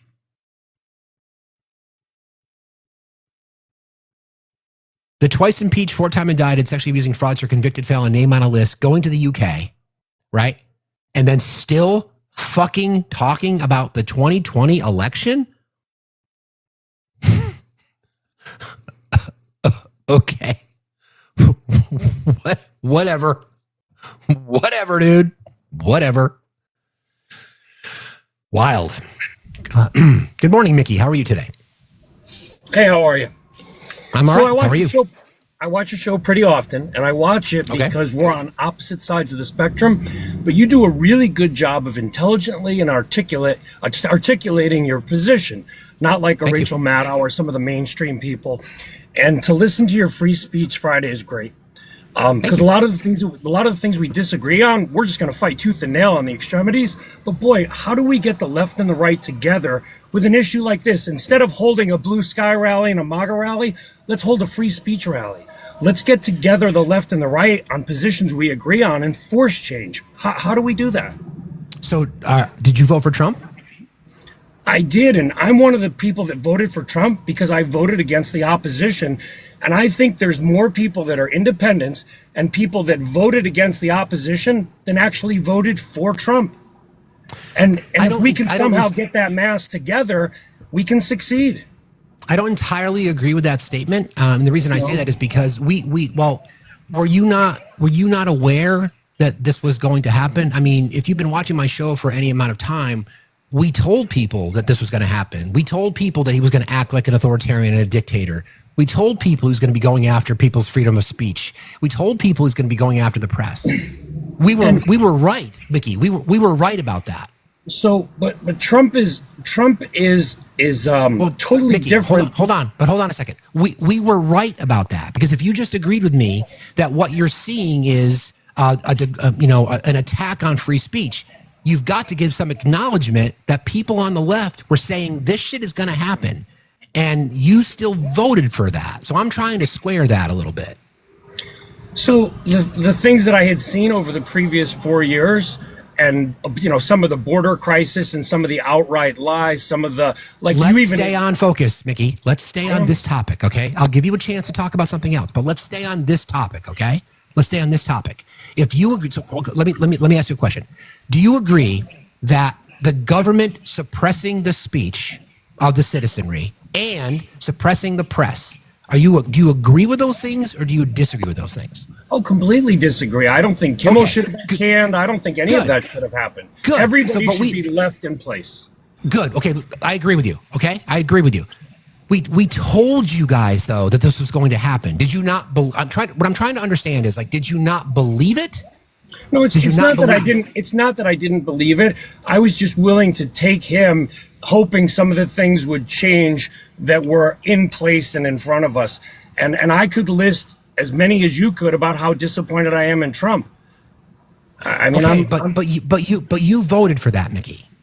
Yeah, so to use your argument, I voted against authoritarianism. I voted against fascism. I voted against suppression of your rights. I voted against the suppression of speech and the press. I did the same thing. I voted against, but I voted against. Hold on, I voted against an administration that mandated vaccine shots. I voted against. Let's take it one at a time. Let's take that one at a time. Okay, you talked about mandated vaccine. Who did the federal government mandate vaccines for? For federal employees and healthcare workers. That's their job, right? So did you work for a company? So I worked for a company at the time. And the company's rules were you either got vaccinated or you wore a mask. So tell me what's different. So as an employee, so when you go to work for a company, right? You agree to the terms and conditions of your employment there, right? My federal government should not be mandating things. Mickey, let's talk about the job. We're talking about the job, okay? If you work for a company, are you not subjected to the rules of that company? Yes, I am, and it's my choice. Okay, hold on. Wait. Right, again, hold on a second. If the company mandates what you're supposed to do on the job, whether you can't wear jeans only on Friday, or you can't smoke in your cubicle. That's the company. So that as a federal employee, you're subjected to the same things, the rules of the federal government. You're a federal employee. So the mandating of the vaccines to people in the federal government is no different than a company setting the same kind of rules. I disagree with that. How? What is there to disagree about? because a federal organization should be following federal standards that are applied for all citizens of that group. They did. They set that was the rule. Citizens and employees should be subject to the same thing. A federal employee should not be subject. But they are. Like I just explained to you. So what about the military? What about the military? They're absolutely not. Should not be subjected to vaccine mandates. But they've always been. And they should not be. Do you know what? Okay, that's a different conversation. What does GI stand for, Mickey? Say again? Do you know the term GI when you refer to somebody in the military? No, I don't know what the term You ever heard the term GI? I've heard the term, but I don't know what the letters are. GI means government issued, meaning that you are subjected to what the government tells you. Meaning that so I'm curious, do you not aware of the amount of vaccines that members of the military had to get every single time, whether they enlisted or whether they re-upped, whatever that might be? Oh yeah, the government used soldiers as medical experiments. It was terrible. Many people have suffered from it. It's wrong. And I don't disagree with you, Mickey, but you may disagree with that happening, but it's something that's always happened. So you're really close to understanding the part of this conversation. So if you are a federal employee, you are subjected to the rules of your employment. Would you agree? Yes. Okay, so the rules of the employment for a federal employee were to get vaccinated. I worked for a company. The rules at the time were you either have proof of vaccination or you wear a mask. Would you agree that no company or federal organization should be able to mandate a medical treatment? It's not about what I agree or disagree about. It's what they have the right to do. You as an American can say, I don't want to work there. Then you can leave. Yeah, I think federal employment carries different levels than private employment. Why? Why though? But why though? I'd have to give that some long thought, but I can't imagine working for a federal institution is different than a private for-profit institution, in means of conduct. It's still a job though. So again, I want to go back to what we just talked about, because you said the Biden administration mandated vaccines. They only did it for the federal government. Yeah. Okay. So that's, again, you're an employee of the federal government. You could be an employee of Costco. You can be an employee of John Deere. If those companies, do you agree that those companies have a right to set their own policies? They do. I don't think a medical one should be it, but they do have the right to set their own policies. Okay. We were also facing a global pandemic where people were dying. So we had to do something. We had to address it. Now you can disagree with you can disagree with that, Mickey. You have every right to disagree with it. It doesn't mean that those institutions aren't within their rights to do it. Just like we're talking about the free speech debate. You can disagree with something that someone says, but they have a right to say it.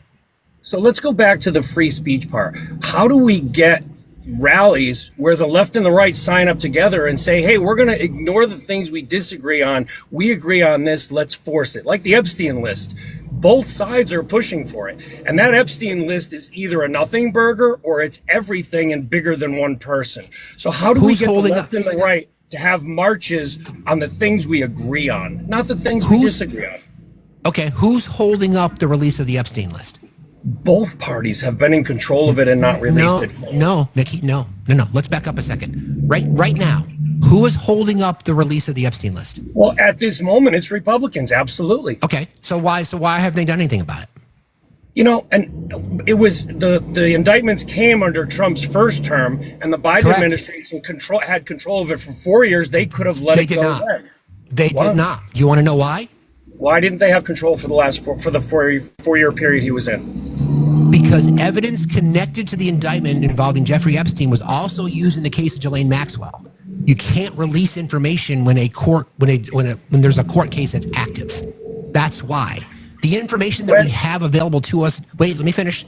The information that we have available to us now, most of it came out during the Biden administration after the appeals were done. So I know that's an argument. When was she convicted? 2022. There was an appeal, and then December of 2023. I think it's December 2023. I can check the date on that. That information came public. So yes, the information was released under the Biden administration. Yeah, so my question to you then. And the Republicans at this point should definitely let it go, and they're not. That's one of the things I'm very disappointed in Trump. I'm even more disappointed with the Venezuela bombing of boats and drugs and his overseas policies. You know, he campaigned on being the president of peace, and he's over there bombing Yemen after he called Biden an idiot for bombing Yemen. So don't think that there's people that have voted for Trump like me who aren't seriously disappointed with his policies also. So the question then now, Mickey, you can't go back in time. It sounds like you regret your vote. Okay, so the question is, what are you going to do about it? So to answer your question, why aren't people coming together? Dude, I'm sitting right here. I've been calling for Republicans to unite around the destruction of democratic institutions. If you can be the face of the MAGA world or Trump voters, okay? If you can be that face, you and I are sitting here talking right now about how the government going after the press, the government going after speech is absolutely unacceptable. You need to find more people like you, because the left has been saying this for years. The right likes to use it as a political talking point. And Mickey, see, the problem is you knew this was going to happen. That's where I'm struggling, because you seem like a reasonable person. We told you this was going to happen. I didn't know it was going to happen, and I'm disappointed that it is. And I either didn't know it wasn't going to happen because I didn't see it, or because I was fooled by him like every other politician.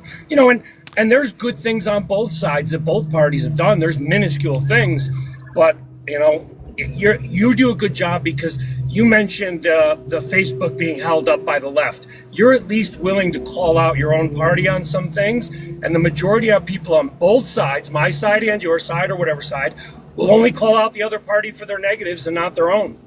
But what did I say about Facebook? You said that Facebook was being monitored, or the Democrats were working with Facebook to suppress speech also.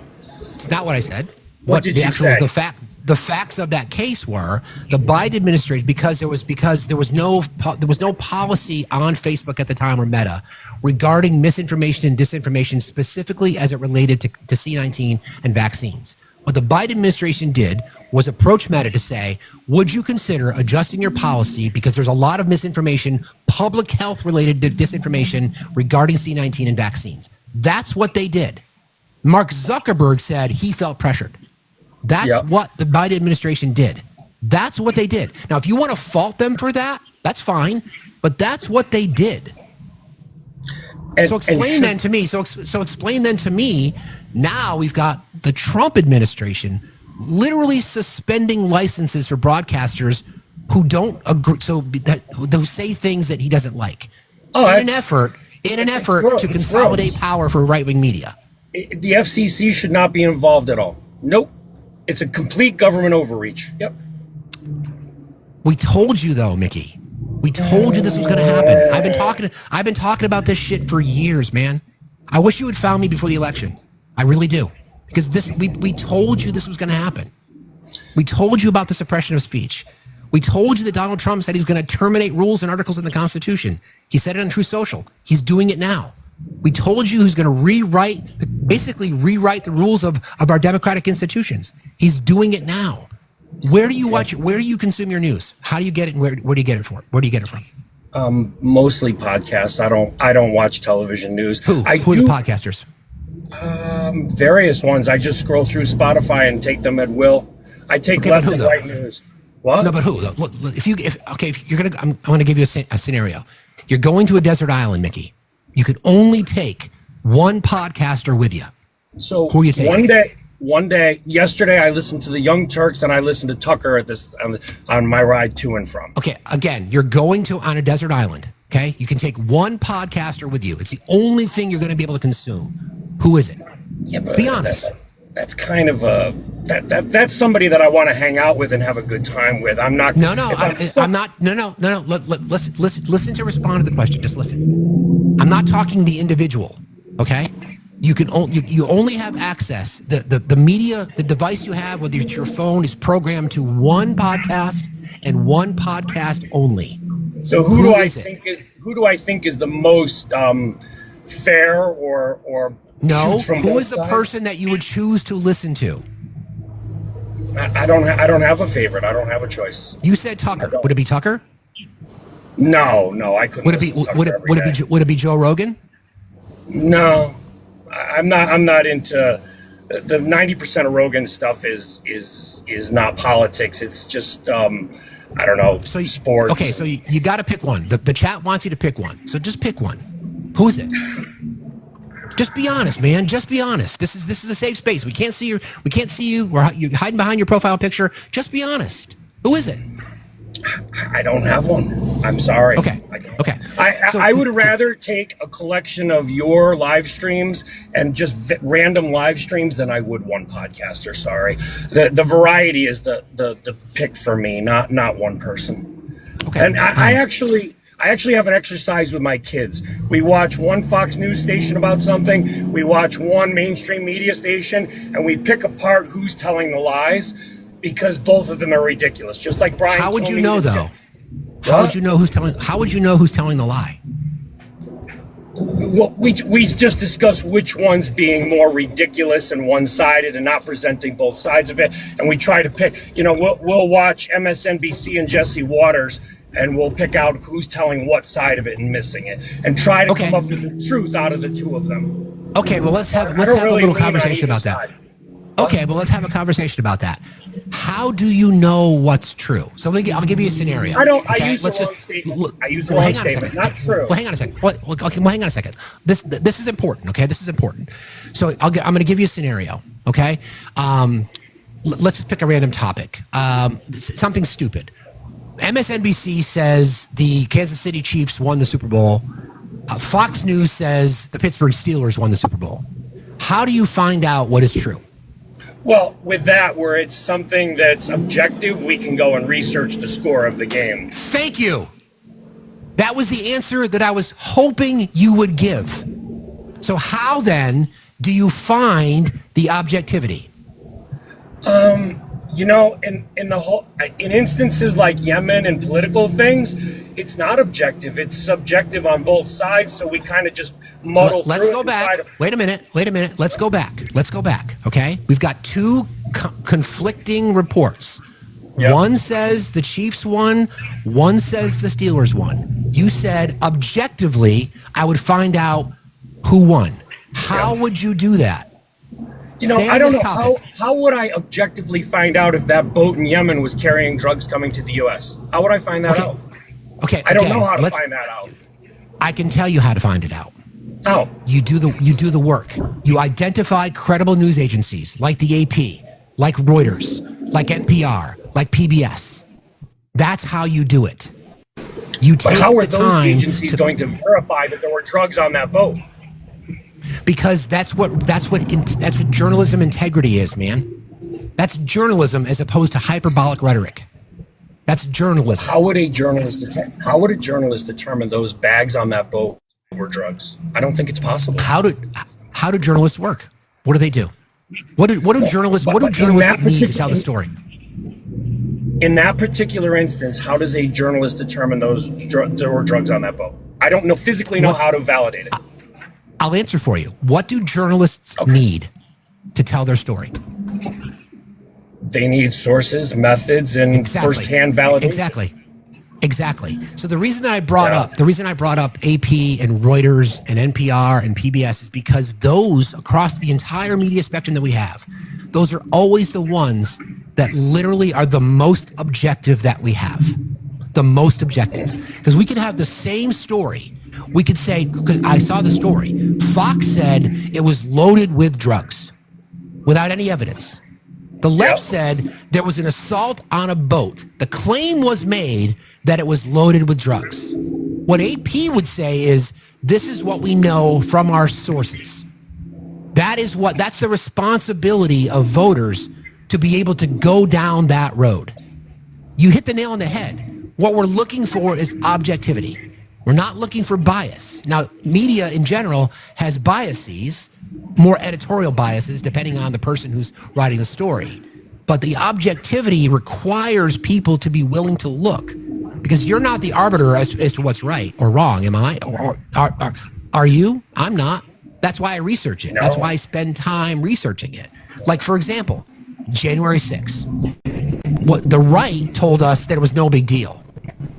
What we know from the video, from the audio, from the indictments, from the people charged, that it was much more than a little deal now, wasn't it? Wasn't it? What's the reality of that? I just lost you. Are you going through a bad area?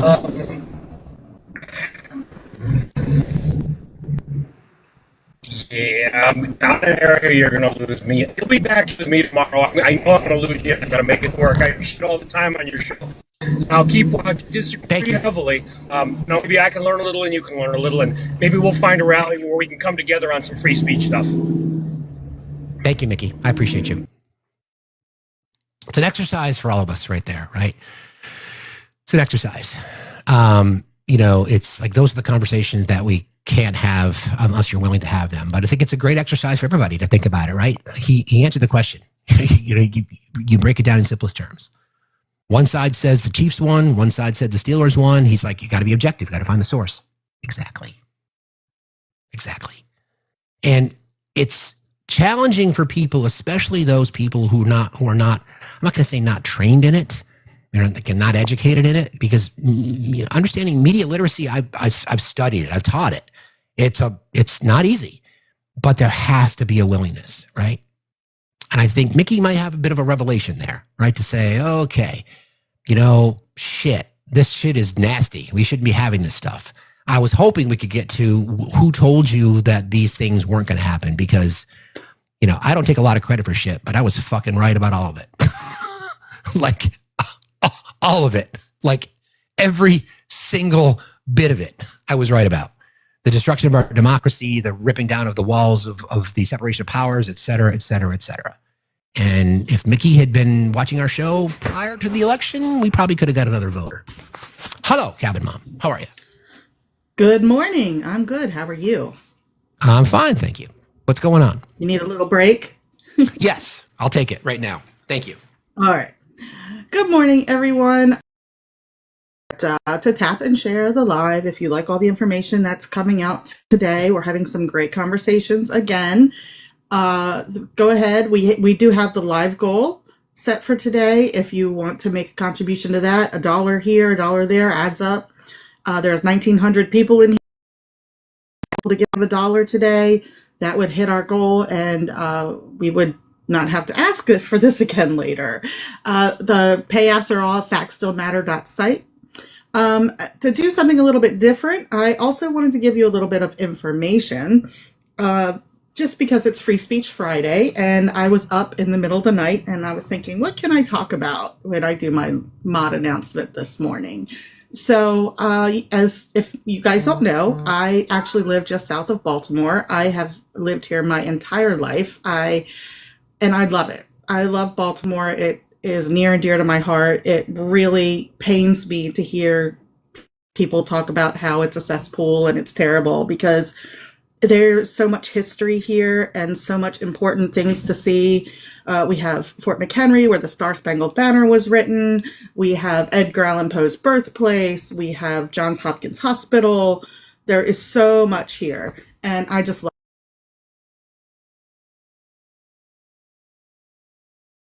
it. I don't know if he'll be able to put it up, but there's an artist. Her name is Amy Sherald, and she was supposed to hold an exhibit at the National Portrait Gallery this fall, which is owned by the Smithsonian. And the Smithsonian asked her to remove one of her paintings from it. And the painting is called Transforming Liberty. And that's the painting that you see on the left. And it's a painting of the Statue of Liberty as a trans Black woman. And that's why they asked her to remove it from her exhibition. Her exhibition was called American Sublime, and it's traveling the country. Well, Baltimore, the Baltimore Museum of Art has picked up the exhibit, and they will have the exhibit there from November 2nd through April 5th. It's going to have 40 portraits, and it is going to include the Transforming Liberty portrait. My daughter was an art major at a college in Baltimore, and she and I are going to go to the exhibit to support the artist and support her moving it to Baltimore. And I'm just so proud that this is something that Baltimore is going to do for this artist, this important artist. So that is the painting there on the left, a beautiful black woman as the Statue of Liberty. And it's just one more reason why I am proud to live near Baltimore. So that's all I wanted to say for today. I appreciate you sharing that with us. That's amazing. Appreciate you, friend. You ready? Yep. Thank you. Wee. That's cool. I like that story. Okay. I just saw that text come through. Our conversation with Mickey was great, but again, it's opportunities missed, right? For people to realize it. And I think there are, to be honest, and it may just be too late for many, but there are a lot of conservatives. There's just a lot of conservatives who are absolutely opposed to suppression of speech. We know that they're hypocritical about many, many things, but they're opposed to this shit. So we have to be able to take advantage of that. We got to find ways to crack. And I have this fantasy that I want to travel around the country and have conversations with people like Mickey. Because I believe, and again, I'm not changing my belief set or my morals. I'm not going to break bread with Nazis. But there are people in our country that are apolitical. A large chunk of people that are apolitical. They're just not involved. They just don't participate. They just either they don't vote, or they're just following the herd. They're not paying attention to the news. They don't know what's going on. They've always voted one way or another. So I want to be able to have conversations with people. I want to use my fucking privilege. I want to sit down over a bean supper or whatever that might be, over a clam bake, over a barbecue. I want to do it. I feel really, especially after yesterday's live, I feel just purpose driven. And, I think I'm good at talking to people, quite frankly, and I want to be able to use that skill. Like whenever we all have these opportunities in our life to try to do things, and this has created opportunity for me, and I want to use it, and I want to try to figure out a way for all of us to be able to say, okay, these are the things that we should all be focused on. And I want to call out Cookie, because we had a great conversation last night about, we have to continue to remind people that this is about the people above us, the billionaire class, right? The billionaire class, so just absolutely just destroying our country to enrich themselves, including the Epstein list, all of it, including the suppression of speech, including the consolidation of media so that they can influence more people just to get richer. They don't give a fuck. They just don't give a fuck. They just don't care. They are the enemy. They are the common enemy. There's no reason that we don't even have to talk. We can still sit on opposite ends of the table and put our anger towards the people who are really fucking us over, raw dogging us big time. People have to understand that, and they don't, because they've been conditioned to hate brown people. They've been conditioned to hate the queer community. They've been conditioned to hate immigrants, anybody who's marginalized, the disabled community. People who are beneficiaries of government assistance, even though the overwhelming majority of government assistance goes to people who vote against it. I want to talk to a lot of those people who've not been influenced, who are not politically active. I think the last person I voted for was this person. I want to have conversations with those people. Why?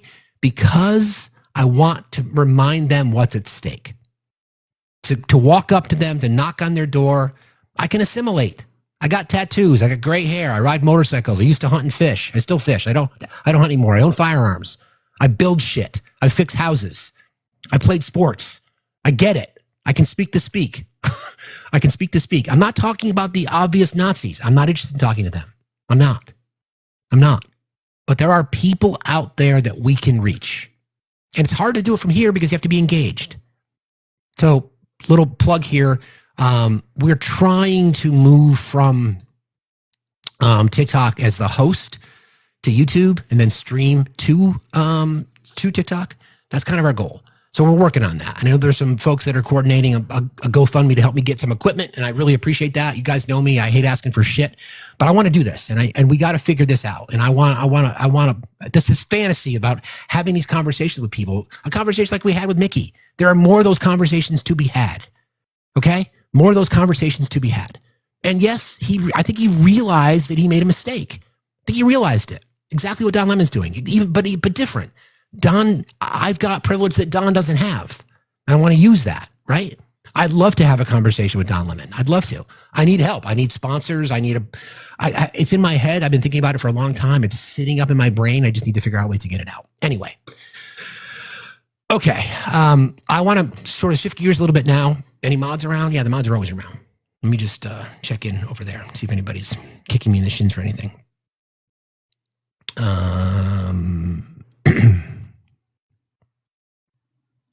Okay. Excuse me. No shin kicking. Thank you, Jess. I appreciate that. Okay. Got a couple other folks in the chat. I'll bring up some more folks and then we'll get back to our topic. Thank you all for being here. Don't forget, we are crowdfunded. Want to support the channel? You can do so at Factsstillmatter. And don't forget about the gifting goal and keep tapping like crazy. 1,600 people in here. We were over 2,000 at one point. Look to see that like total get up a little higher, friends. And don't forget about sharing as well. Appreciate you. Another cookie. Hello, how are you today? Was that a mistake? Am I the progressive in your pocket?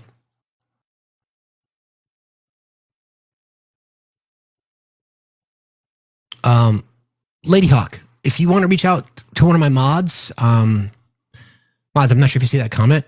If somebody could reach out to connect with Lady Hawk and we can perhaps have a conversation about that. All right.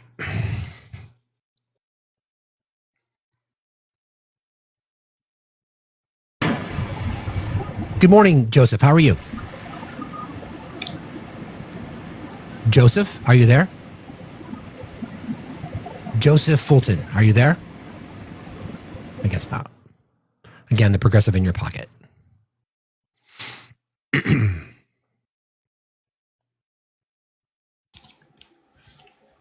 Rock Doc, how are you today?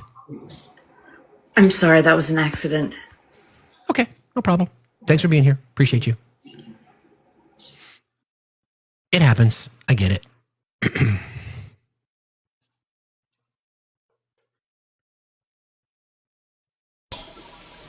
Good morning, Marco. How are you today? Marco Bar, how are you? Marco, are you there? Marco Barrera. I guess not. Weird day. The progressive in your pocket is haunting you.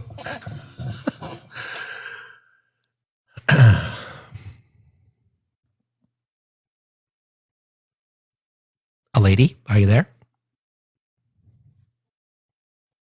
I guess not. Weird.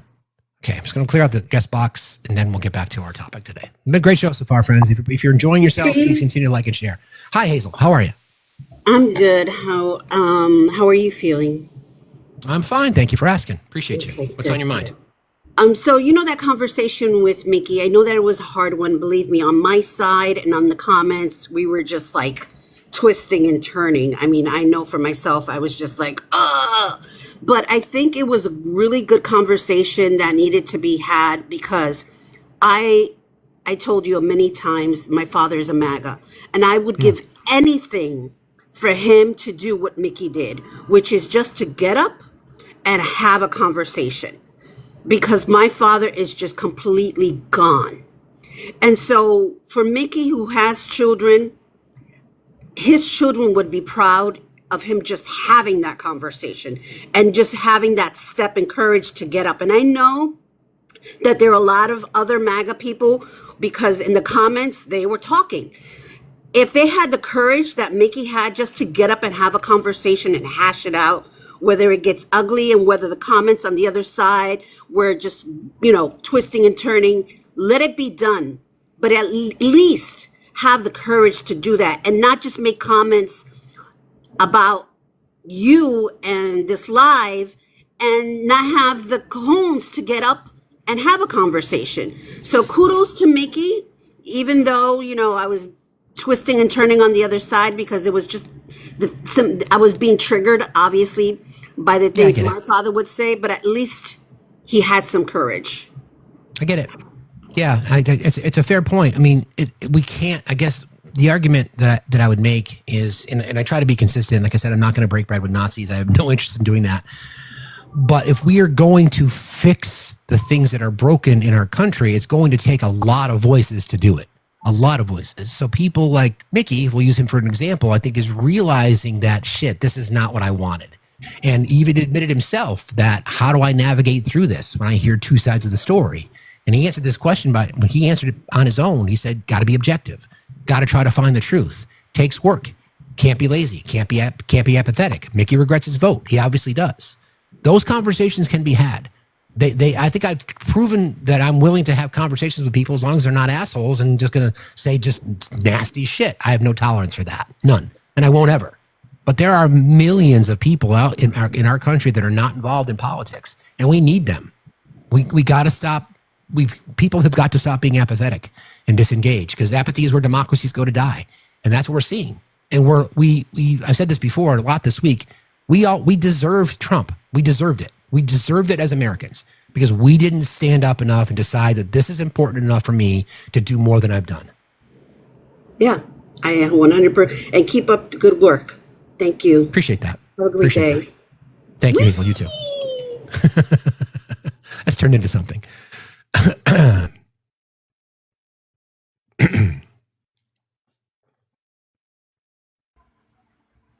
Hi, Jen. How are you? Good morning, Steve. How are you? Fine, thank you. What's going on? I just wanted to give a little bit of hope to everybody because you're up here doing the hard work and, you can reach so many, but sometimes you can if you just keep on, like my mom was a conservative. She voted for Trump in the first election. She used to tell me the Democrats were scary. We had those hard conversations the whole, all last summer before the elections. And I was just constantly, every lunch, I was asking her and I was debating her. And when she was in the car, I put on, it's my car so I can drive and put on whatever I want. I put on the, everybody that's the talking points like you so she could listen to it, and sending her stuff and constantly sending her these are who you need to do your research with. And I'd send her the links to Associated Press and Reuters, and she finally flipped and she's like, oh my God. So it does happen. It does. I mean, it does. Not always, but they have to have a little bit of that open mind. And she told me, she's like, I listened, but I really needed to do my own research. And that's why I was sending her and I would send her the list of the far left and the far right and who are the good ones and who are the ones that are in the middle. And she finally flipped. So, and she voted for Harris. So I love that. Confirmation bias is a safe place. It's comfortable. Mm-hmm. It's like slippers and your favorite blanket, and you're wrapped up on your TV because you feel like you're part of something where a lot of like-minded individuals share your same beliefs, share your same sentiment. It's confirmation bias is scary. It's dangerous. It's dangerous. Yeah. But it does happen. So anyway, I just wanted to share. Does. It's nice talking to you, and I'll enjoy the rest of your show. Thanks. Bye. Thank you, Jen. I appreciate you very much. See you later. Want a quick thank you to Nina. Thank you, so kind. Dana, as always, thank you so very, very much. You're really kind. Also, over on the green one, thank you to Catherine. Thank you for providing a safe space to educate us. Thank you. Stacy says, "Here's a Free Speech Friday." Thank you, Stacy. And then Brielle says, "Keep up the great work. Love watching you daily." Thank you, guys. I appreciate y'all very, very much. These conversations are my mod team knows I'm desperate to have them. It's like I want to do it. We also have to be very mindful of the fact that there's just a lot of other people that just don't care, right? They just don't care. But the common enemy are the people that are consolidating media.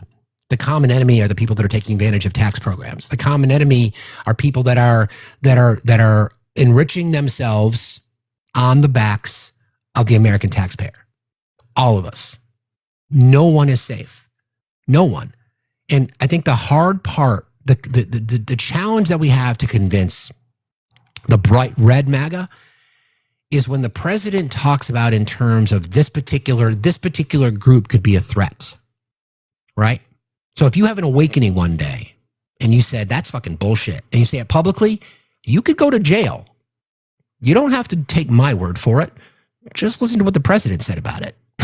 I mean, you literally don't have to trust me. I don't care if you don't believe me. But maybe should we not take his words for it when he says things that are so just out of fucking crazy, that are just crazy? Like, where's the statement? I got to find it. Hold on. I have it someplace. There's so many clips. There was so much. It was just so much to report on. Let me find it for you.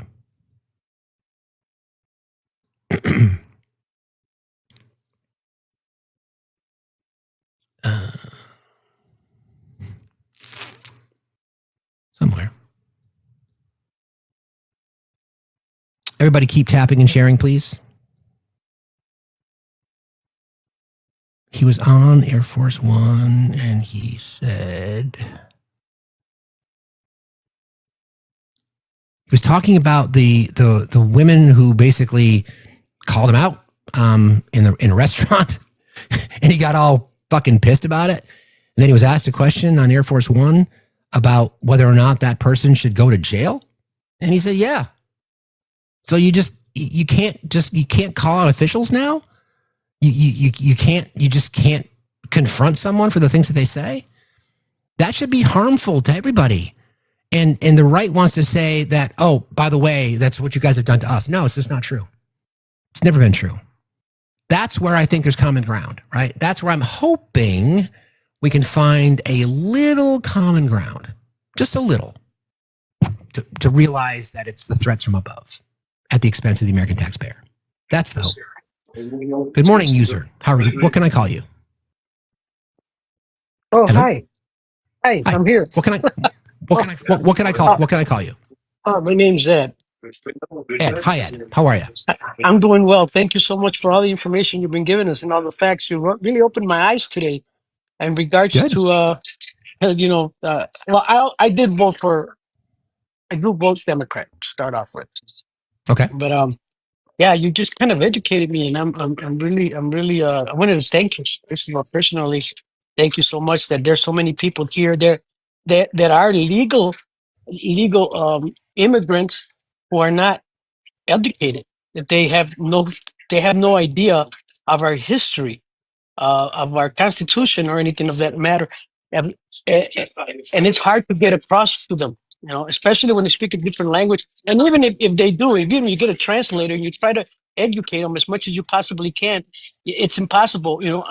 I do agree with you. What you said, I knew all this was going to happen, and I knew myself all this was going to happen because of my education. You could say that I went to school all my life here in the United States. So, I just knew we were headed in this direction. But I just want to take this time and thank you and all of you guys and all the response and all the comments that are being made, whether they're positive or negative. It doesn't matter. We all have the right to freedom of speech. Thank you so much, and I'm going to pass with that. You're welcome. I appreciate that. Have a good day. Thank you very much. Fernand Montero, can you request, please? You said that I'm not telling the truth. I just would be curious as to what you think the truth is. This is the sound that I wanted to play that I found for you regarding, speaking out against a public official in public. And a woman, in many cases, women. Hold on. And a woman, in many cases, women, you can see they're professional agitators. I had one the other night. I had 4 the other night, all in one group, total phonies. I started to scream when I got into a restaurant, something with Palestine. And I said, well, I'm doing a great job for peace in the Middle East. I should get lots of awards for that, right? With the Abraham Accords and everything else. But a woman just stood up and started screaming.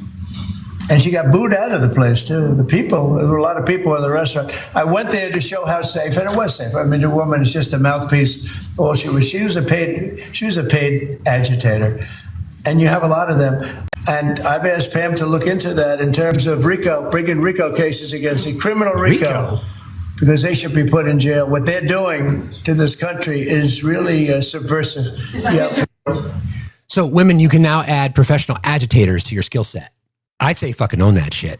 You should get a t-shirt that says, I'm a professional agitator, and just walk around, protest outside the White House with I'm a professional agitator. I laugh so I don't cry. RICO. Okay, that's fine. No problem. He's just dumb. And then there's this. I thought this was interesting, again, from that famous press conference in the UK yesterday. He's so sad.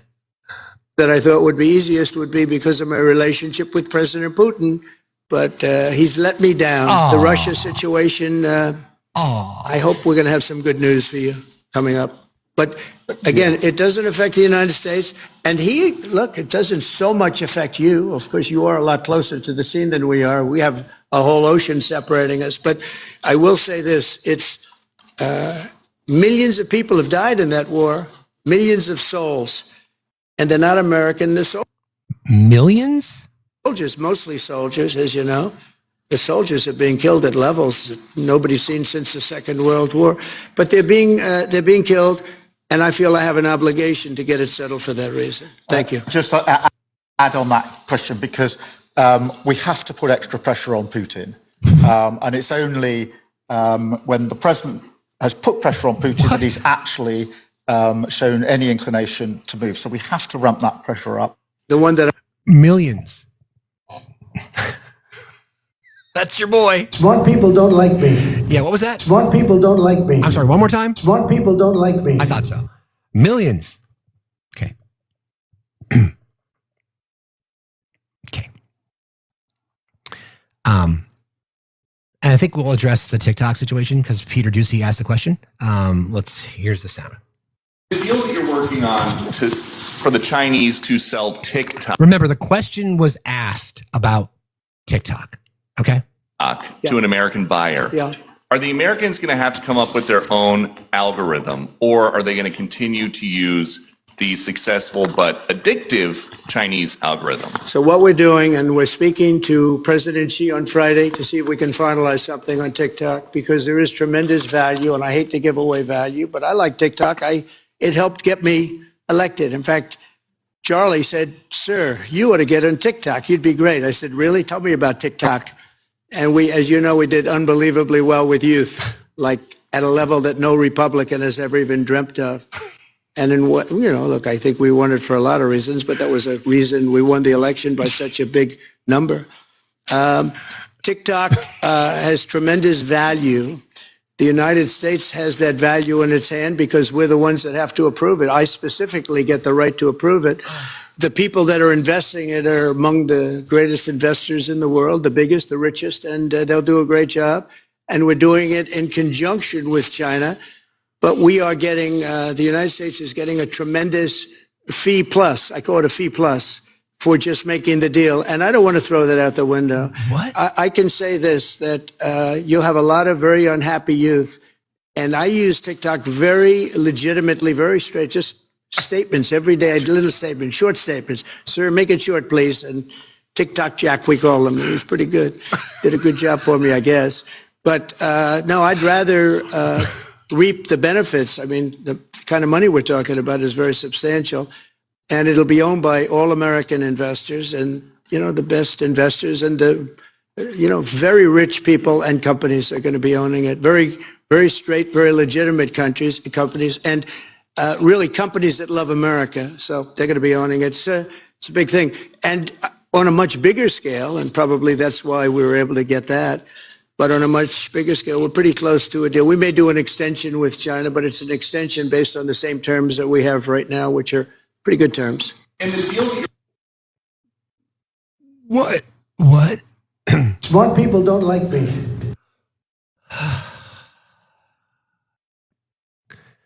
Okay. My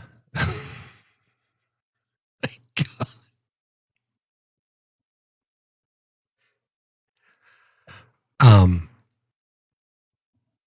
I know Oracle, Silver Lake. We know, and there's Oracle's highly leveraged, so many people think it's a Ponzi scheme. We can talk about that once we get more information about it. But anyway, that's the American president, friends, out there representing the best interests of the United States. Okay, I think I might have one more clip that I want to play from that press conference, just because it was just so fucking wild and disturbing. Just crazy. Maybe I don't. Oh yeah, there's this. I'll wrap with this PT, and then we're gonna move on to the e-files, because this was Pam Bondi being interviewed, and like I've told you guys before, because Peepaw is losing his shit. He can't keep the lies straight, and he obviously does not communicate with his team very much, because Pam Bondi was asked this question, and this was her answer. The president said yesterday that there are several left-leaning groups that are already under investigation. Which groups are those, and what are they being investigated for? Well, I'm never going to talk about who's under investigation, especially organized groups who are jeopardizing the lives of our men and women in law enforcement. Earlier today, you heard Stephen Miller talking, and you heard the president talking about these organized groups who are out there doxing law enforcement, having people swatted at their homes. That jeopardizes lives. And that's why it's so serious. None of these are pranks. This is an organized effort paying people to come in and commit acts of violence. So yes, we're looking at a lot of people. Never going to mention what groups we're investigating. The president. You're not going to mention names. Okay. What your boss did, my dear.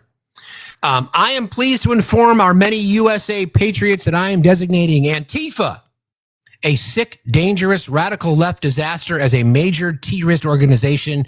I will also be strongly recommending that those funding Antifa be thoroughly investigated in accordance with the highest legal standards and practices. Thank you for your attention to this matter. So, Pam, you don't want to name names, but your boy did. And by the way, who is the leader of Antifa?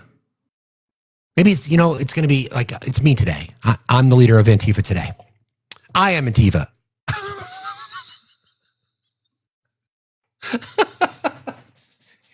They can't keep their shit together. They just cannot keep their proverbial shit together. So there's that. Fun. All right. Let me just check in here real quick. I want to thank a few more people. Kelly, thank you so much. Nina, thank you so very, very much. I appreciate you guys. Also over on the green one, let's see. Lisa said, saving our democracy by sharing the truth. Thank you for saying that, Lisa. I appreciate that. Valerie says, appreciate all you do going on the road one day. Thank you, Valerie. I appreciate that. That's awesome. Thank you, guys. You're very kind. Okay, so Kash Patel was getting grilled. Crash Patel.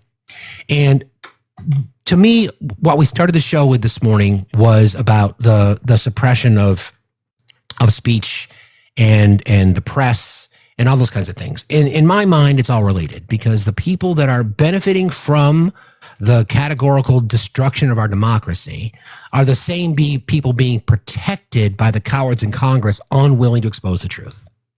And at the head of that is the director of the FBI. The director of the FBI is protecting predators. And one of those predators is likely his boss. Now, if you want to make the argument that Donald Trump does not have any connection to this, then good luck with that, because he's all over it. So I'm gonna try to play these in segments. Some of these segments are long, but any chance we get to hear from Jamie Raskin, it's worthwhile. So I'm going to play this sound for you, and then I will interject as I do. But I'm going to play the sound from Jamie Raskin. Someone from Maryland's recognized. Thank you kindly, Mr. Chairman. Director Patel, before you joined the FBI, you railed against it for covering up Jeffrey Epstein's human trafficking ring. Let me refresh your memory with this clip. It has Epstein's list. They're sitting on it. That doesn't seem like something you should do. You're protecting the world's foremost predator. That seems like an evil thing to do, regardless of who may be embarrassed in the release of that list. Why is the FBI protecting the greatest pederast, the largest scale? Why is the FBI protecting the greatest pederast, the largest scale pederast in human history? Simple, because of who's on that list. So you finished that December 2023 interview with a challenge to the FBI and harsh words for Republicans in Congress for not getting the Epstein files out to the public. You can see this clip. Boy pants, and let us know who the pedophiles are. Put on your big boy pants and let us know who the pedophiles are, you said. You emphasized that the president and FBI director each had complete authority to release Epstein's client list. You said Epstein's black book is under the, quote, direct control of the director of the FBI. Look at this clip. This is way off the topic, but who has Jeffrey Epstein? This is him sitting down with Glenn Beck. This Black Book? Black Book. FBI. But who That is, I mean, there's... that's under direct control of the director of the FBI. Oh, remind me again, who's the director of the FBI? Right. All right, so you were sworn in as director more than 200 days ago. Now the Black Book is under your direct control. So why haven't you released the names of Epstein's co-conspirators in the rape and sex trafficking of young women and girls? Right. The Rolodex, which is what everybody colloquially refers to as the Black Book, has been released. Oh, no, you're talking about what the journalist got 5 years ago? No, that's not what we're talking about. This is why Jamie Raskin is so good. This is what we need from more members of Congress and also from journalists if they get a chance to question these people, because you'll see Cash is doing the best he can. Crash is trying to do the best he can to avoid the truth. Talking about what you were talking about there, the Black Book under the direct control of the FBI director. We have released more material than anyone else before. The Biden administration, Obama administration had the exact opportunities to release this material. Wrong. We've already dunked on that lie because, again, don't forget, court proceedings were still underway. Appeals were happening. Ghislaine Maxwell hadn't even been sentenced yet. So that's another fucking lie. Material they never did. And if you are selling the men and women of the FBI, we're not going after child predators. Hang on. You said we're not going after child predators. 1,500 child predators arrested this year. 35% increase. I'll reclaim my time. 4,700 child predators. I'm going to reclaim my time if you could instruct the witness. Why have you changed your position? There you were saying it's under the direct control of the FBI director and all of it should be released. Why have you changed your position? Everything that has been lawfully permitted to be released has been released. And as I told you, the investigation was limited. And let me make something crystal clear. I never said Jeffrey Epstein didn't traffic other people, other women, and they're not other women. Yes, you did. This is the investigation we were given from 2006, 7, and 8. And yes, you did. You said that he only trafficked people to himself, my guy. Yes, you did. You did say that. You said he only trafficked people to himself. Sorry about that, Crash. Search warrants from 2006, 7, and 8. That's what we're working with. Wait, have you released all of the stuff that the FBI has seized from Epstein's house? The computers, the emails, the file cabinets, the documents? What about the financial records? Have you released all of that? Everything the court has allowed us to release. Which court are you talking about? 3 separate federal courts have come in and said. We're talking about the evidence you've got. It's got nothing to do with what those courts have. Do you have any idea how the law works? Do you want me to break the law? He just asked a constitutional lawyer, do you have any idea how the law works? By the way, Crash Patel was a public defender. Okay. Federal judge's order. No, I want you to follow your own word, Director Patel. You said up there it was under the direct control of the FBI director. He had the Black Book. Everything I have direct control over, we have gone to court. You haven't. Complete your sentence. Everything you have direct control over, you said. Have gone to court, and everything we have direct control over. Busted. Complete your sentence. You said everything we're releasing. He'd like to complete his answer. You began the sentence, everything you have direct control over, and then you stopped that sentence. You've released everything that you have direct control over? And I have direct control over and can lawfully release. If you're not familiar with the court orders, that's not my fault. Oh, I'm perfectly, look at them. I'm perfectly familiar with them. But how did we prosecute Ghislaine Maxwell? She was prosecuted with the investigatory material that was collected from 2001 and 2005 because of the non-prosecution agreements and the court orders on the investigations and search warrants. We were not able to develop new information. And oh, by the way, Jeffrey Epstein was out for 12 years, and the Obama and Biden administration did nothing to look at his work, his pedophile network. If you want to blame me, that's fine. But now you're blaming the men and women who conducted this great search. I'm not blaming anybody other than you. You're not keeping your word. You said that you would release all of the materials under your direct control. Has anyone released more information on Epstein than I have? Here we go. Has anyone? Much more. Did Comey? Did Ray? Much more. Excuse me. Much more has come out in the days since the American people in Congress have been demanding it. But it's coming out in dribs and drabs. Why don't you just release the entire file as you promised to do? I literally just told you there are multiple federal court orders. I'm not going to break the law to satisfy your curiosity. You didn't join us when we filed court to release the court orders. You could have. You have lawyers. You could have shown up. You didn't do that. That's a tiny fraction of the material we're talking about. It is a tiny fraction. How do you know that? Have you seen? So that didn't go well. Then we have Thomas Massie. Entitled what? And remember, Thomas Massie is the co-sponsor of the discharge petition that's still one signature short.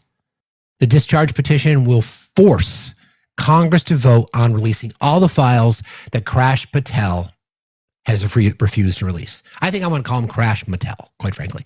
This is Thomas Massey. What Epstein's bodyguard warned about his CIA connections. The third document is from Fox Digital. It's titled, Epstein's Private Calendar Reveals Planned Meetings with Obama Admin Official, CIA Chief. And the last document is Wall Street Journal article that highlights Ehud Barak's 36 meetings with Jeffrey Epstein. He was the former prime minister of Israel and head of military intelligence for Israel.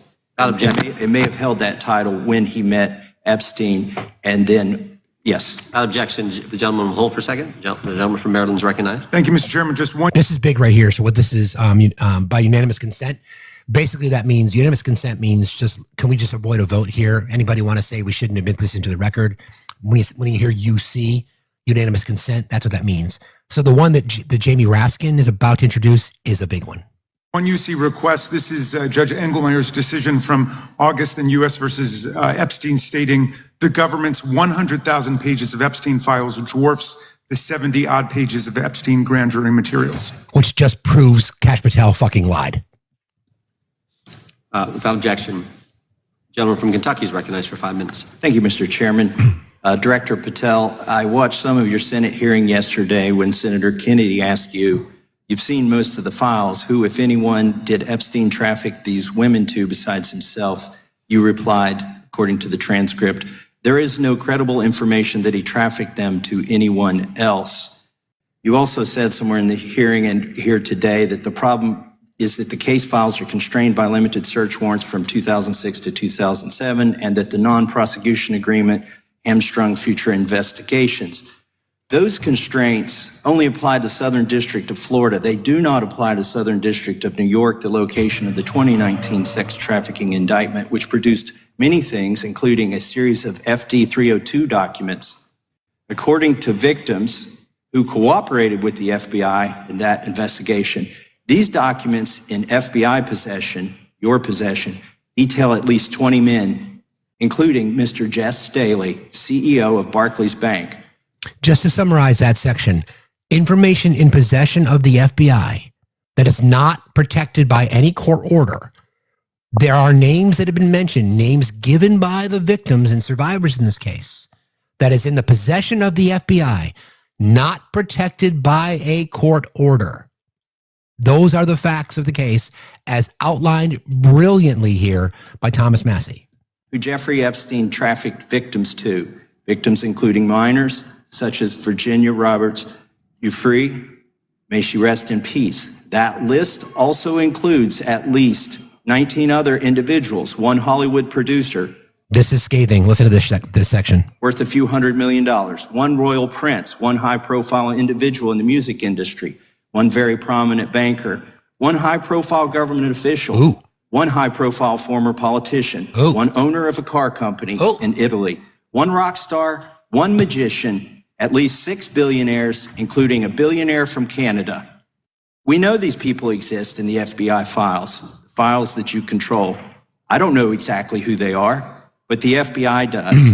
Have you launched any investigations into any of these people, and have you seen these 302 documents? Okay, again, just to summarize, the information that he's referring to is in possession of the FBI. Witnesses and survivors who testified bravely and courageously on Capitol Hill have been asking for their testimony. They said the FBI has not let us have it. So Kash Patel, in that little breakdown, that savage destruction that Jamie Raskin gave him, lied repeatedly. Not just once, but every time he opened his mouth. There's no court order to protect this. There are no, as a witness, we went through this yesterday. Kash Patel's own testimony, he tried to say he's under court order to not release. That's not how it works.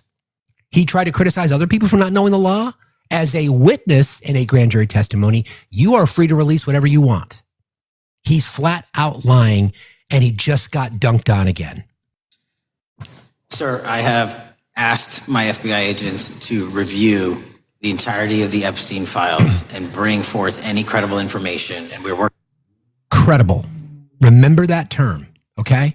It's really important, and as horrible as it is, I just need you guys to focus on that term, because their strategy is to discredit the girls who were assaulted, the girls who were raped, the girls who were trafficked. That's all they have left. You will hear them say credible a lot. Credibility. We've released what's credible. He keeps saying that. It's by design. It's intentional. They're going to attempt to try to say that the 20 women, girls at the time, women now, who testified, who spoke publicly about the abuse against them, crimes committed against them by Jeffrey Epstein, the 20 names here at a minimum, Ghislaine Maxwell, what they want people to believe is that their testimony and their statements and their experiences are not credible. Trigger warning, my apologies. I think it's absolutely critical that we talk about this, because this is what they're trying to cover up. They're going to use victims and survivors and attempt to discredit them to protect the people that are on the fucking list. Working with Congress not only to divulge that information and produce it to you, but any investigations that arise from any credible investigation will be brought. There have been no new materials brought to me launching a new indictment. So is the loophole here, or is it your assertion that these victims aren't credible, that the 302s maybe didn't produce credible statements that rise to a probable cause? Great question. It's not my assertion, sir. It's the assertion of two different United States attorneys' offices from 3 separate administrations who investigated those same materials in lifetime. Are the 302 documents in the FBI's possession? Yes. They reviewed all that. Yes, sir. And so have you reviewed those 302 documents where the victims name the people who victimized them? If I personally know, but the FBI has. So how can you? So again, that's a lie. Okay? I forgot where they were in order here, who went first, if Raskin went first and then came back over Thomas Massey. But he just lied to cover up his first lie. He said, I could release everything that's not under a court order. All right? Well, again, as just described by Thomas Massey, the information he has is not protected by court order. He is the FBI. It's not protected. He can release it. He lied. Again, he lied. You sit here and in front of the Senate and say there are no names. Exactly. I said, I named one today. I said, we are not in the practice at the Department of Justice FBI of releasing victims' names. Didn't say victims. That is not what we do. We are also not in the habit of releasing incredible information. Oh, you see what I mean? That's not what we do. But multiple authorities have looked at the entirety of what we have. Okay, I got to move on here. Were you present when the AG had the White House event when she released the binders to social media influencers? I was, yes. So if you're willing to meet with social media influencers who stood to benefit from the sensational and sad stories of these victims, will you meet with the victims as well? Here it is. The FBI will meet with anyone who has new information. Will you personally meet with them? The FBI and the professionals who are handling the cases will. Were you instructed that it was important to release the documents to the Oversight Committee on the day of my introduction of the discharge petition to release these files? Fuckers. I don't know what day that was, so no. Well, they were released that day, and there were victims' names who weren't redacted because they were in such a rush. Correct. The victims are not happy about that. Correct. So your argument, Cash, that you're trying to protect the victims, you were in such a fucking rush to try to paint a narrative that you left the names, your FBI left the names of some of these survivors unredacted. The question that Thomas Massey asked was not about the survivors. You are in possession of documents that name people who trafficked these women, girls at the time, who made credible statements. You fucking lied again. That's 5, at least, that I've counted in this section alone. Who are they protecting? The same people? The same people? They're going to benefit from corporate media mergers. The same people that are getting tax breaks. The same people that benefit from the destruction of democratic norms. The same people that benefit from deregulation of numerous industries. The same people. And you're going to paint the survivors as not credible. Okay. Have you investigated any of the CIA connections? Have you seen the CIA file on Jeffrey Epstein? And if you wanted to see it, would they show it to you? Well, I can speak for the FBI. That's presuming there's a CIA case file. And I've reviewed everything that the interagency, not I, the FBI, that was provided to us. Would you be willing to look at the CIA file on Jeffrey Epstein? If there is such a file, and if it has not already been turned over to the FBI will look at any new investigative leads. Have you made any progress on the pipe bomb investigation January 6th? And have you made any? Okay. Oh, God, there is just so much to unpack there. I think I have a little bit more sound to play, just because of the amount of fucking bullshit that he just spewed. Let me ask you something. Your conversation. Not this one. I'll get back to that one in a second. Here we go. This is more Thomas Massey. And so have you reviewed those 302 documents where the victims name the people who victimized them? If I personally know, but the FBI has. So how can you sit here and in front of the Senate and say there are no names? I said I named one today. I said we are not in the practice at the Department of Justice FBI of releasing victims' names. That is not what we do. We are also not in the habit of releasing incredible information. Not the question that he asked. He talked about the people who allegedly committed these crimes, not the victims of. And again, he used the word credibility. Okay. Here we go.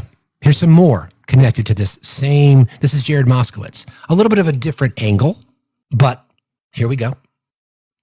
You've seen the picture of the woman's body with the writing and the president's signature. The president says that's not his. Okay?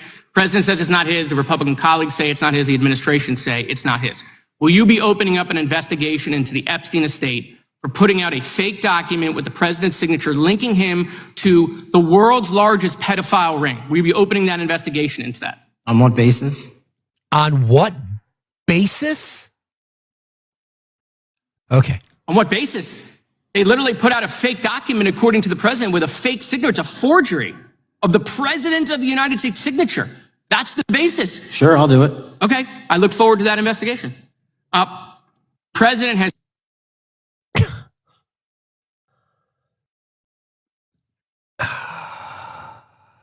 Okay. This is Dan Goldman, keeping the pressure on.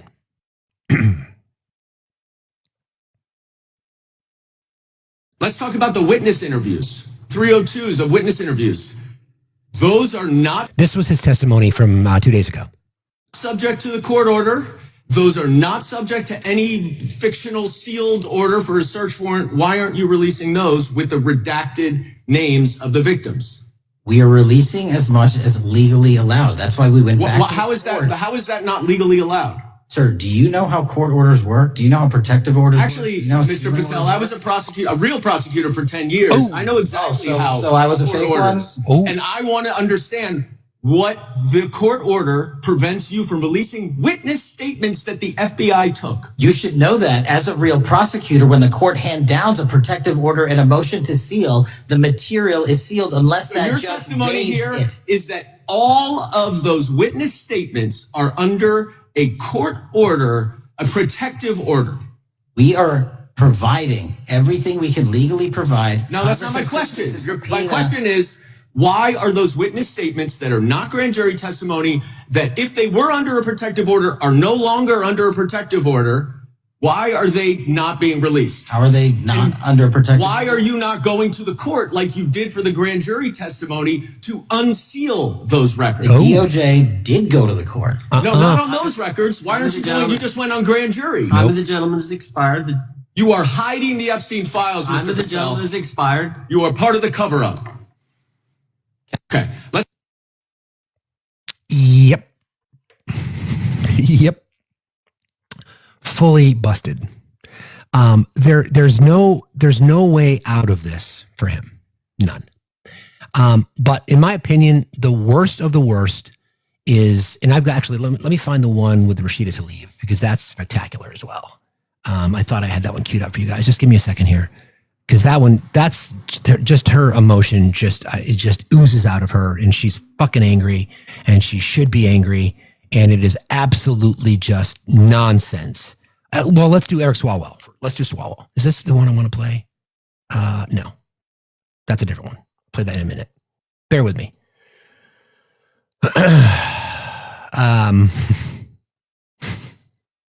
I've got some sound from Ted Cruz that I can play. There's just so many things that we can talk about because it's all related to the corruption. It's all related to the cover up. It's all related to all of it.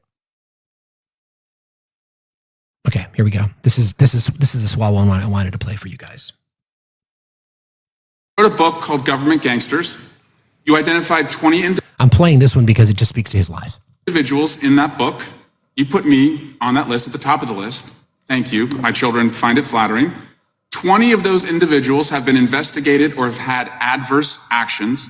Director, considering that you have identified these people as, quote, government gangsters, will you recuse yourself from making any investigation decisions about these individuals? Anyone that has been terminated at the FBI has been done so the question they failed to meet the muster and their constitutional obligation. I will work on the audio-visual capabilities. I'm going to borrow your terminology and call bullshit on your entire career in Congress. I'm reclaiming my time, It's been Director. a disgrace to the American people. You can reclaim your time all you want. Mr. Chairman, you're going to allow a witness to speak this way? Mr. Chairman, would you recuse yourself?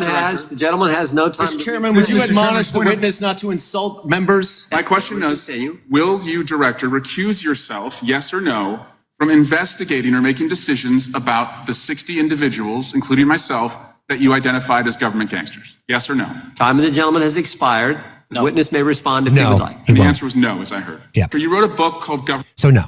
So he wrote a book called Government Gangsters, and he named a whole bunch of people. Don't forget, when he got his confirmation hearing, he was asked about a hit list. He lied about it.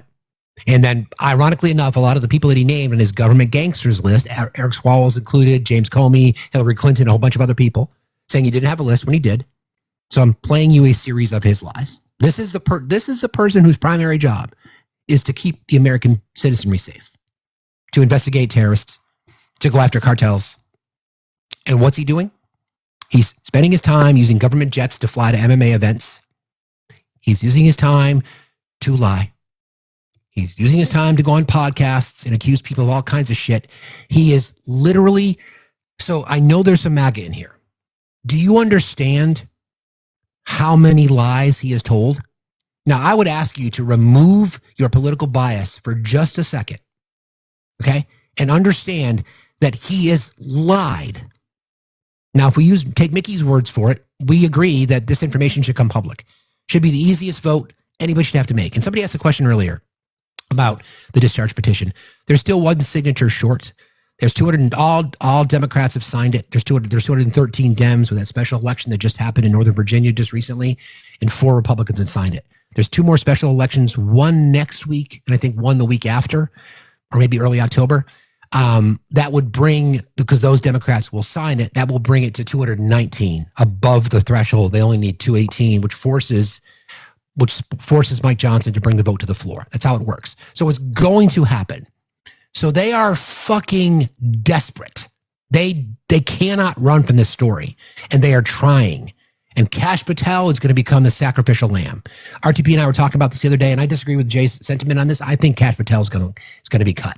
They have to cut him because it's one thing to not answer questions. It's another to flat out lie about it. It's another to flat out lie. So this is Rashida Tlaib. She went after him, and I'm so glad she did.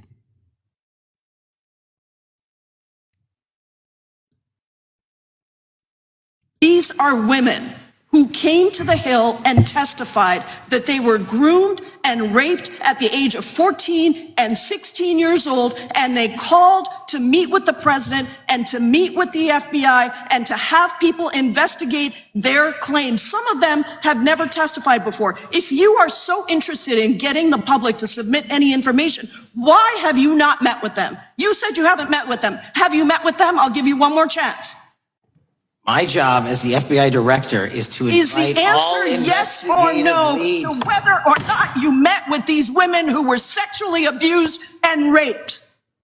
Any insinuation by you or anyone on your side that I am not manhunting child predators and sex traffickers, just look at the stats. And you talk about cover-ups, man. You talk about cover-ups. I will take as much time as Where were you in the Obama and Biden administrations when these so-called cover-ups were going on? I'm going to keep taking my time. No, you'll take the time that you get. You are not answering the question. The question is, you just don't like the answer. Are these women credible? It's a yes or no answer. I have answered the question. Well, what is the answer? I'm telling you, I'm the only FBI director that has welcomed new information in this case. Won't answer it. This administration is the only one that has welcomed any new information in this case. Is there a yes or no to present new credible information?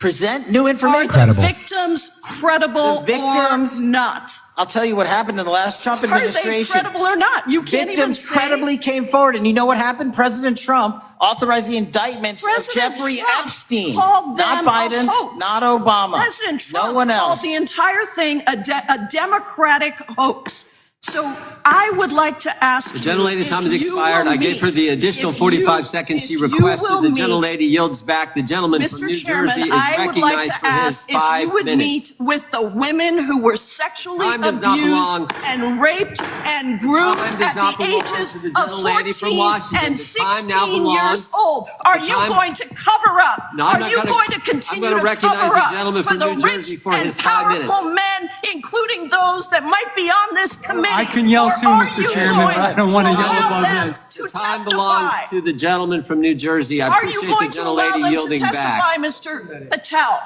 these. It's a simple question that she asked.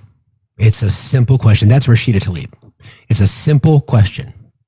Are the survivors who came forward, who you have said that you'd be willing to meet with, but not really, are the survivors who came forward credible? And he would not answer the question. That should tell you all you need to know. He refused to answer the question. Because like I said, that is their game. That's Rashida Tlaib. She's from Washington State. Representative of Congress. Interviewing Kesh Patel. That should tell you everything you need to know, because that's the game. And again, trigger warnings. I'm sorry. I know that there's many in our community who've been victims of assault and who were not believed, and et cetera. So I understand. I think you understand why we're playing this. It's incredibly important. It's a simple question that she asked over and over and over and over and over again. Are the survivors' statements and testimony credible? Michigan, you're right. My bad. Michigan.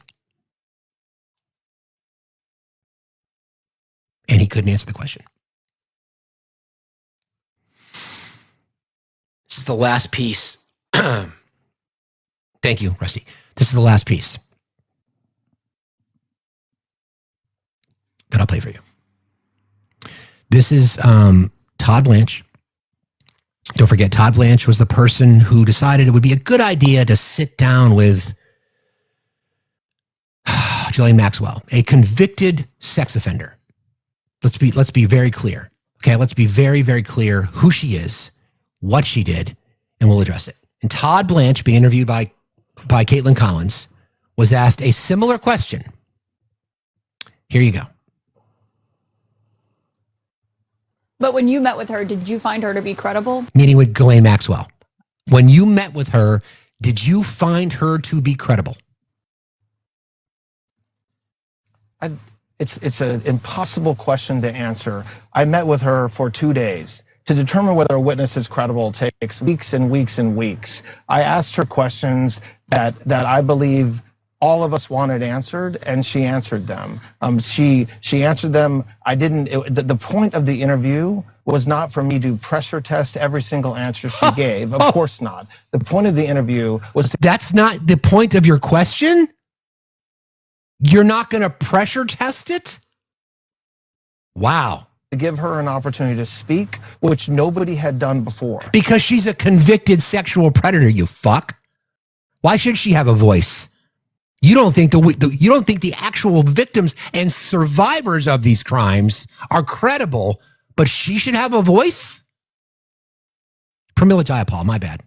And so she had been in prison for many, many years, and she had offered to speak on many, many occasions, and she was never given that opportunity. And so what I did is I gave her that opportunity to speak. It was recorded. My questions were there, and whether her answers were credible or truthful, there's a lot of information out there about Mr. Epstein, about her, and whether what she said is completely wrong or completely right, or a little of both. Wow. That's the reason why we released the transcript. That's why we were transparent about the questions I asked and the answers. You were transparent, Todd? Okay. She gave is because it's really up to the American people to determine whether they believe that her answers were credible or whether they found her not credible.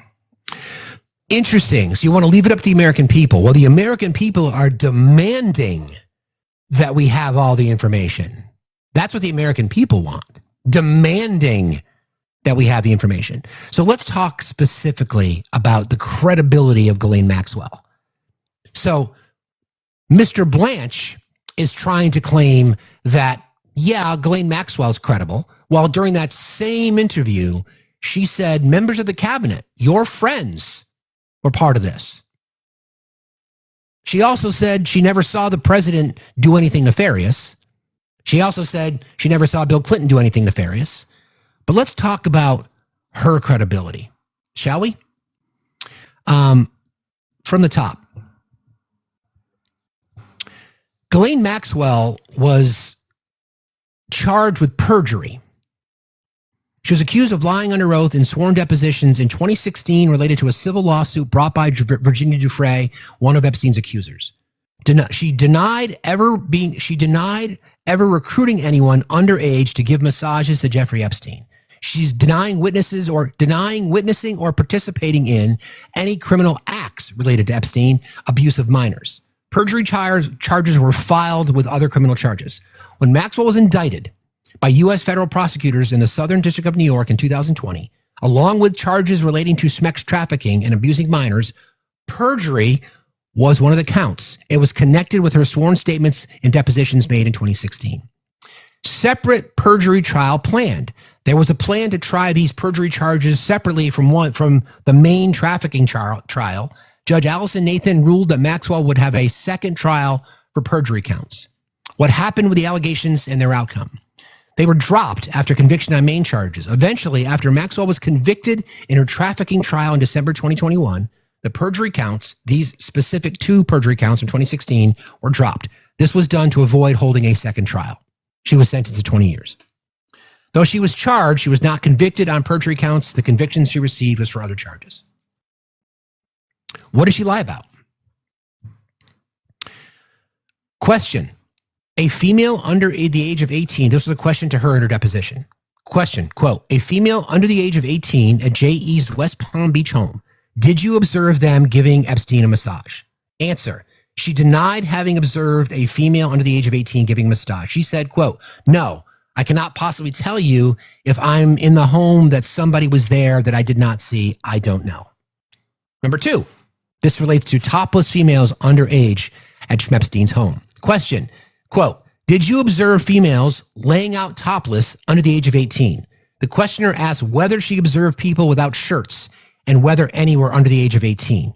Maxwell's answer, she said she had seen people, adults, from time to time without their tops in private areas, pool, yard, etc., but emphasized it was, quote, very unusual and that when she was present, people under 18 at the location were only friends of family or friends of mine, my nieces and nephews. She denied seeing any minors laying out topless in the sense alleged. Question 3, hiring masseuses under the age of 18.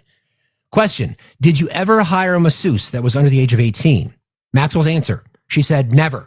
Then later she qualified that by referencing Virginia Giuffre, who was 17 when she worked as a masseuse, but said she did not believe she hired her when she was under the age of 18. Question 4, recruiting girls to avoid having schmecks with Epstein. Question, have you ever said to anybody that you recruit girls to take the pressure off of you so you won't have to constantly have schmecks with Epstein have you said that? Answer. You don't ask me questions like that. First of all, you are trying to trap me. I will not be trapped. I told you no. Question 5, regarding knowing about a minor's schmexual contact with Epstein.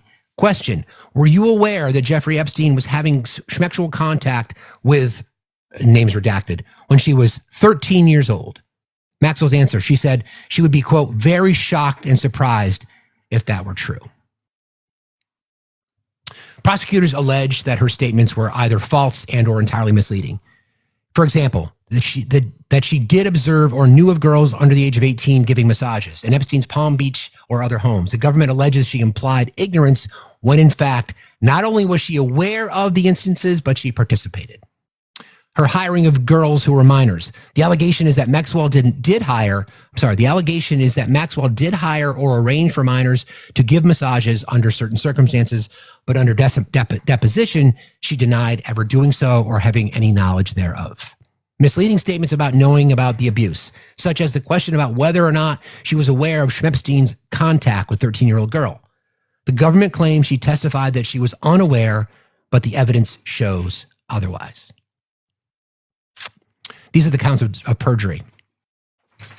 Testimony under oath at a deposition on April 22nd, 2016. Perjury under 18 U.S. Code 1621. Remember, these charges were eventually dropped because she went to jail. The judge had said, we could hold another trial, but she's been sentenced for 20 years. We're good, she said, basically. During her deposition, the defendant was asked, did you know that victim 1 was under the age of 18 at the time that she provided schmexual massages to Epstein? Maxwell stated, I did not know that. Maxwell was asked, did you ever give victim 1 a massage? Maxwell stated no. Maxwell asked, did you ever invite victim 1 to Epstein's Palm Beach house? Maxwell said, I do not recall. Why it's perjury? Prosecutors allege that these statements were false and material because Maxwell knew victim 1 was under the age of 18 and had directly participated in and arranged the facilitation of schmexualized massages. There are numerous examples like that. What did the jury say?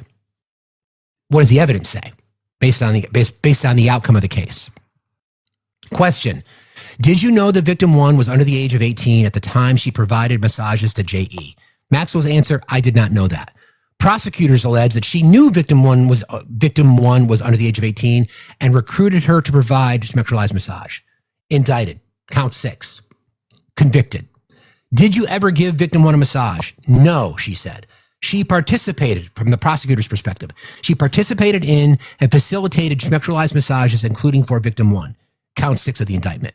Did you ever invite victim 1 to JE's Palm Beach house? I do not recall. Prosecutor said she arranged for victim 1 to travel to and visit E's residence, including in Palm Beach. Count 6 of the indictment. Have you ever given anyone a massage? I have not. Prosecutor alleged she gave massages to others, including schmexualized massages with and without Epstein. Count 7. Have you ever hired anyone under the age of 18 to work as a masseuse? I have not, she said. Prosecutors allege she hired and recruited underage girls as masseuses for E. Were you aware that Jeffrey Epstein had a schmexual relationship with any minor? She said, I am not aware of that.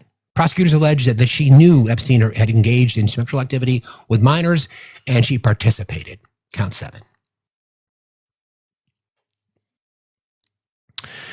She was convicted of conspiracy to entice a minor to travel to engage in illegal acts.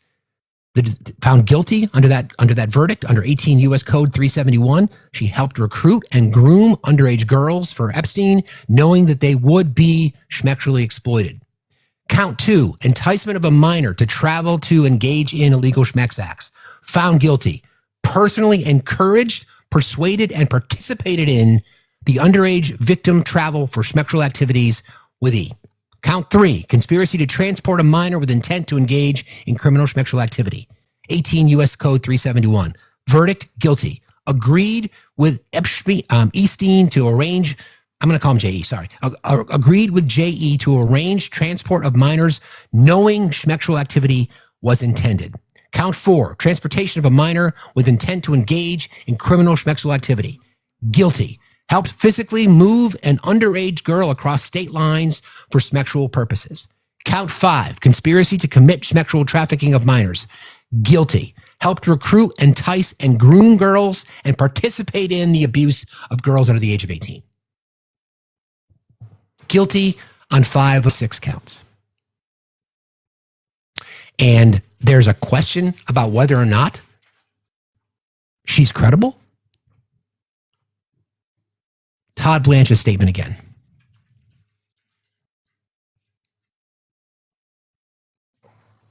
What I just read to you is the person that was convicted, sentenced to prison for 20 years for her crimes. She meets with Todd Blanche and then gets moved from the low security prison to a fucking country club that she should not have been moved to.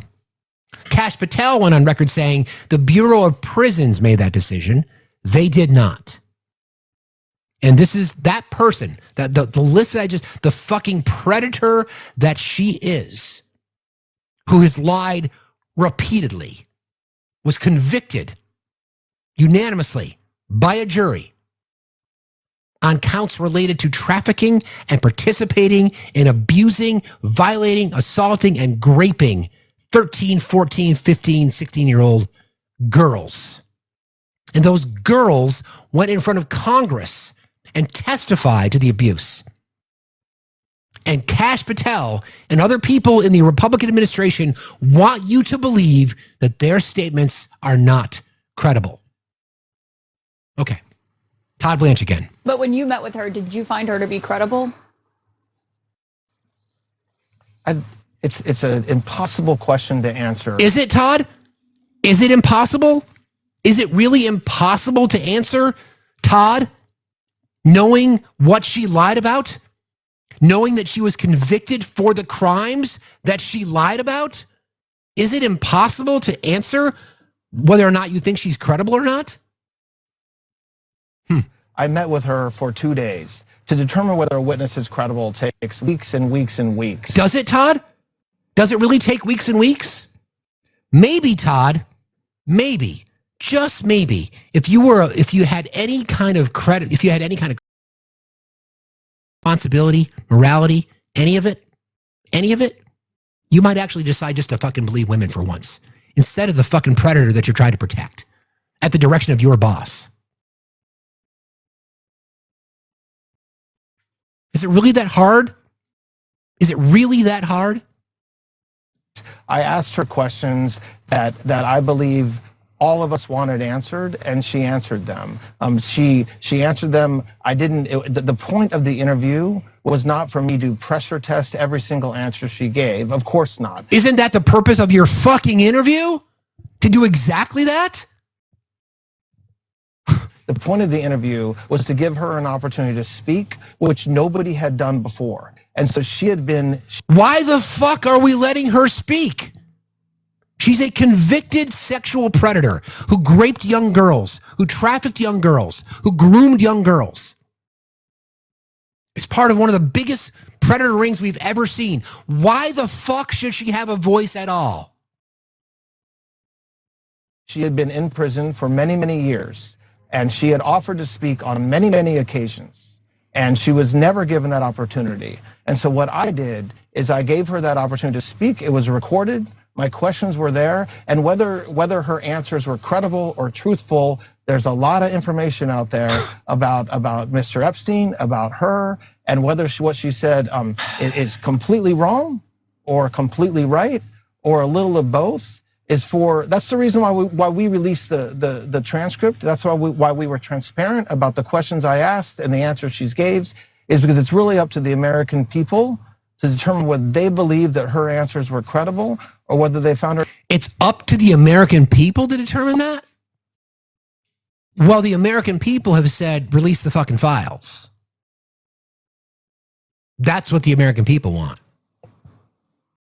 The American people want you and your administration to stop protecting fucking predators. We need more people with some guts to actually, for once, to try to believe women who are the survivors of this, not the fucking predator who's in jail who committed these crimes against said survivors. You'll believe her. You'll believe her because it helps support your narrative. And even her testimony implicated members of the same cabinet that you're in, Todd. Unfucking believable.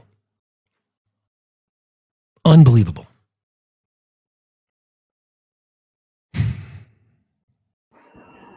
Hi, Sustaining. How are you today? Hi, I'm real triggered right now. I'm sorry. I'm so upset, and it's okay because this is so real. I'm a 68-year-old woman, and a lot of these young women and young men do not know or didn't see this unfold and experience it through every slice of it. And I have, and I am a survivor.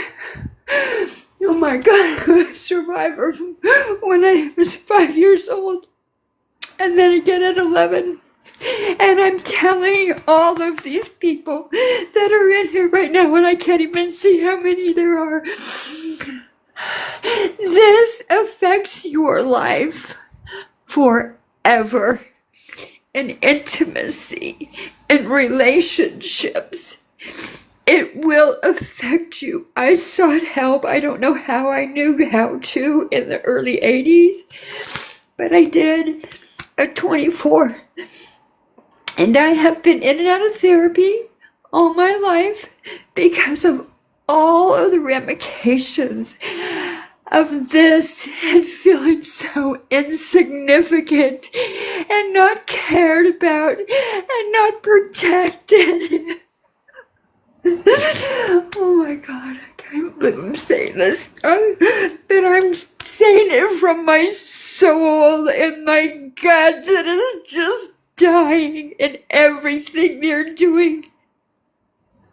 All the cover up. I know these men are terrible, but she is the one that brought them to them, to let them do what they did. Without her, they didn't have them. So she should never, ever, ever see a free sky again, in my opinion. Ever. And these men, oh my God, yes, they need to be publicized. We need to know all their names. We need to know. I want that list that I think Massey went down the list saying not the name, but the position.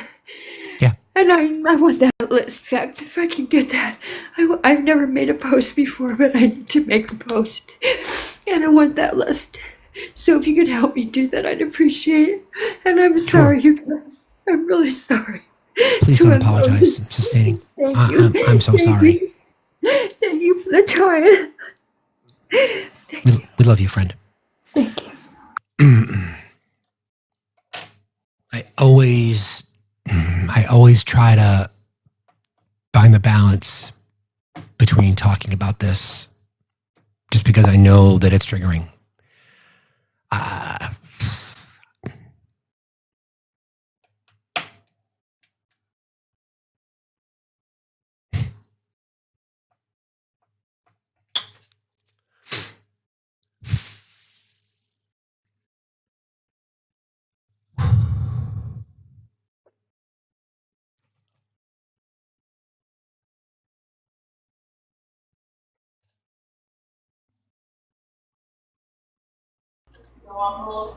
Hi, Kristen. Kristen, are you there? Kristen? Okay, can't do that.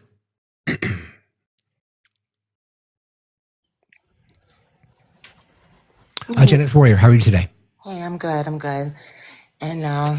we'll chat offline and everything, but okay. You and I spoke a few months ago, maybe even a year ago, and we exchanged them back and forth. And at first, I want to say, sustaining a smile. I see and hear you, because I'm there with you. But back to Steve, I want to apologize to you and to the viewers in that live that day. I was speaking from a place of trauma, and my actual account is Rising Phoenix. Well, again, we'll talk offline. With everything. Okay, you don't need to apologize. It's okay. Yeah. And, but we want the list. Yep, we do. And I want to say thank you. With everything going on with the free speech and everything going on right now, you have this platform for us to speak. Like, and when I first spoke, I was, and Sustaining a Smile is very brave. There's a lot to talk about, so I'll just try to keep it concise, because I do get very triggered. I have CPTSD. I'm currently in EMDR therapy, and I'm very privileged to be able to have these things at no cost. I'm in Southwestern Pennsylvania, and we have those resources here. And I'm not going to get into my trauma dumping or anything, but I will tell you guys what we're seeing across the country right now. I experienced it firsthand. And again, I'm not going to make it about me, but I want you guys to know. I spoke up about the abuse I experienced in Bright Red, Ohio. And one of the abusers, she said that I was hiding behind my PTSD, that I was hiding behind free speech. All this was, and I have screenshots, all this was said back in 2022. 2022. Fast forward. Abusers know what they do. They will cover up to protect their image. And I would really, and I'm sorry with Sustaining a Smile, because it's hard. She's right. She's the pain so I would really employ everyone on this live, and Steve, you do a great job of it too. Please listen to this community. I can't even begin to imagine what those survivors are going through. I cannot, because this is on an international stage. My little, granular, minute experience, I can feel the pain in my body. I was just diagnosed with fibromyalgia, other things. There's a lot that comes with this, but we need to keep speaking. And I am afraid now to speak. I was retaliated against by the state of Ohio. I have charges on me. My PTSD was weaponized against me. This is post-separation abuse still continuing. Government agencies that receive tax dollars retaliated against me. These things are real on a small scale, so on a large scale. What you do and the people that come up and speak is so vital. And this is not just, with the survivors, this is all of us. And this is back to, our country. I just don't know what else to say. We are not safe. Women in this country are not safe. And, I was abused, by a January 6th attendee. He was brainwashing me, and I have the receipts for it. It's, I was lucky enough to work for a major, next to Ivy University here in Southwestern Pennsylvania. You guys know, if you know, you know. And what that really taught me by working there was problems are multifaceted. It's not black and white. And at this point, yes, we can say, both sides, whatever. I'm not going to get into that because we know what side is really abusive and what, and like you said, many lives, I've listened to you for a long time now. I don't care if it's Clinton, Biden, Obama, Bush, Nixon from beyond, whatever. I don't care. I don't care who it is. I don't care. But the fact is that we over here can sit there and say that. I don't care if it's the Pope, the Easter Bunny, me, you, I don't care. What's wrong is wrong. And the fact that Patel and all of it, when you have to question if it's right or wrong, it's wrong.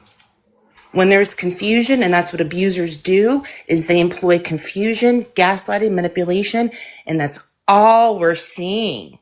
They are doing their damnedest to hide this. And God bless you with the whole Kimmel stuff. You are still on this topic. Thank you for keeping focus. This means a lot. So, and like Sustaining a Smile, I requested to follow you. God bless you. I see and hear you. We survivors feel the physical pain, the emotional pain. We feel it. I sat with that pain this morning and it hurts. It hurts. And she's right. Every relationship in my life has been affected. My job, I'm trying to get back out there and date. I'm scared. So I'll let you go. And it's coming to the weekend. Just be kind to each other. And if it's a MAGA, do not give them air to breathe. I don't care if it's a business. I don't care if it's somebody at the bar next to you. If they start, do not engage. Trust us survivors. We've seen this abuse. If you've never been in an abusive relationship before, I speak to the viewers on this live. Guess what? You're in a relationship now. You're in an abusive relationship. We all are. Pay attention to what we're saying. Thank you so much for your platform. Thank you for giving me time to chat. Be safe and everything. You're great, Steve. And we'll talk offline. And I'll try to. Yeah. Have a great day. Thank you so much. I appreciate you. You got it. Thank you. Bye-bye. Sorry.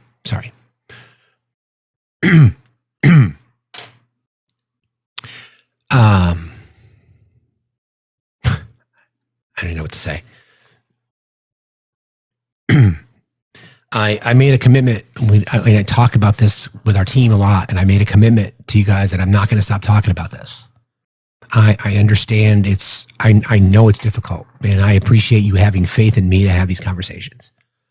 I'm not going to stop talking about it because it's related to the things that we discuss all the time. It's a group of predatory people protecting other predators.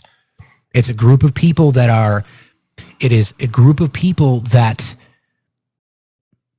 will do whatever they can to protect their place of power on the ladder, whether it's enriching themselves, whether it's avoiding jail time, whether it's being able to participate in just the most horrible crimes imaginable. They're each protecting their own. So they put loyalists in place that they expect to do whatever's necessary to protect the machine. I believe women. I don't believe Ghislaine Maxwell, who's a convicted fucking predator. When asked the question, do you think she's credible? The answer should be absolutely not. She perjured herself. She lied numerous times and she got convicted for it. Not that bullshit fucking answer. Not that bullshit answer that Todd Blanche gave. Not the Democratic hoax argument. Not the numerous lies that Kash Patel told. To what end? To protect predators. To protect predators. That's all this is about. They're going to attempt to paint the survivors of this as not credible. I can't even imagine how just fucking diabolical it is. That's what they're doing. There's no other way to describe it other than that.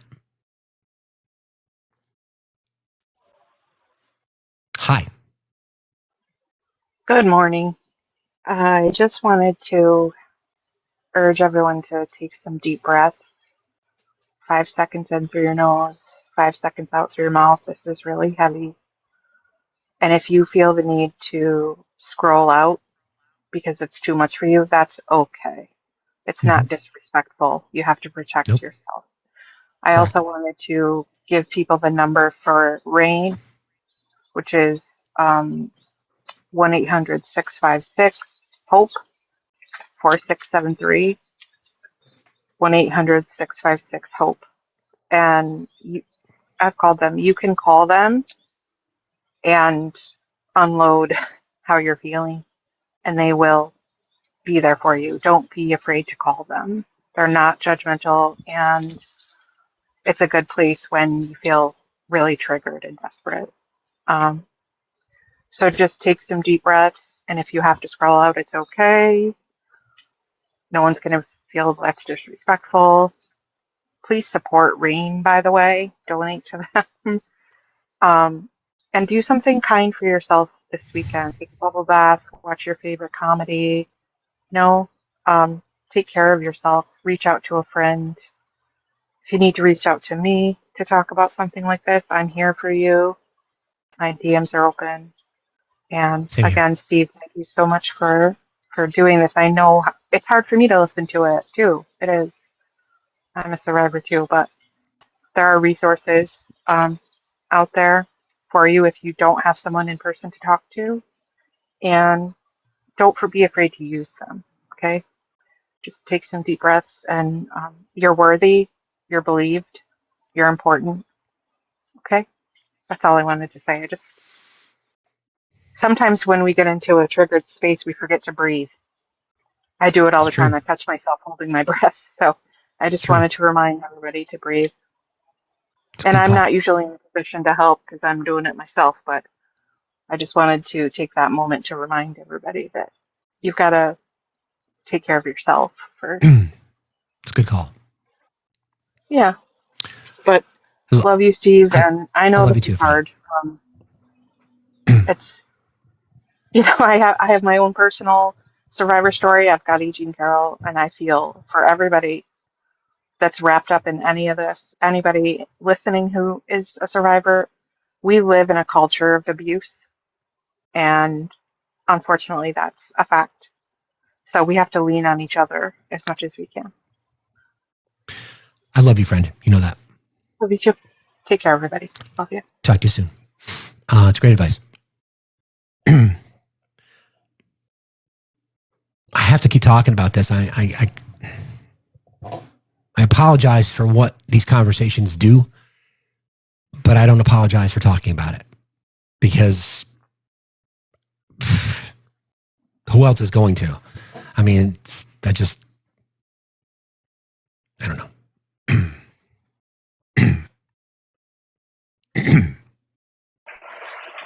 Good morning. Hey, how you doing? Good. I mean, this is a heavy conversation. I remember like the big first part of it, I had like a point to make, and then I was like, oh, we need to hold space for people because, as a victim, of childhood assault as well, like I understand that it's hard and like healing is part of it and telling your story is part of it. Every victim's going to be a little bit different. Like personally, I have to talk about my perpetrators. I have to talk about them regularly in order to stop having them having power over me. And that can be triggering for people. That can be very hard for people, especially when, it doesn't seem related to predatory behavior, but we have a predator that we ostracized from our community because of the heinous shit he was doing. But that aside, I have to remind myself that my healing, my journey might look a little bit different than other people's, and just holding space for that and making sure that everyone holds space for these, because this is a really tough topic and this is really triggering. I wanted to point out, now that we've done that, everyone take a deep breath, relax your shoulders.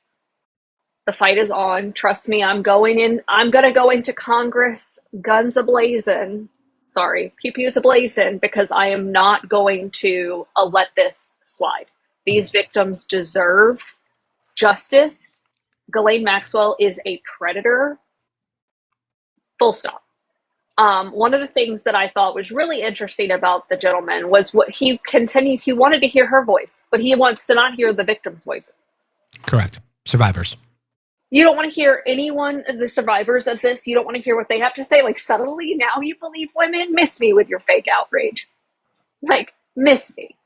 Because this is grape culture. This is grape culture. And we have to address it. Every single one of us in the chat, everyone listening, Steve does this work every day. I know this is very hard for Steve.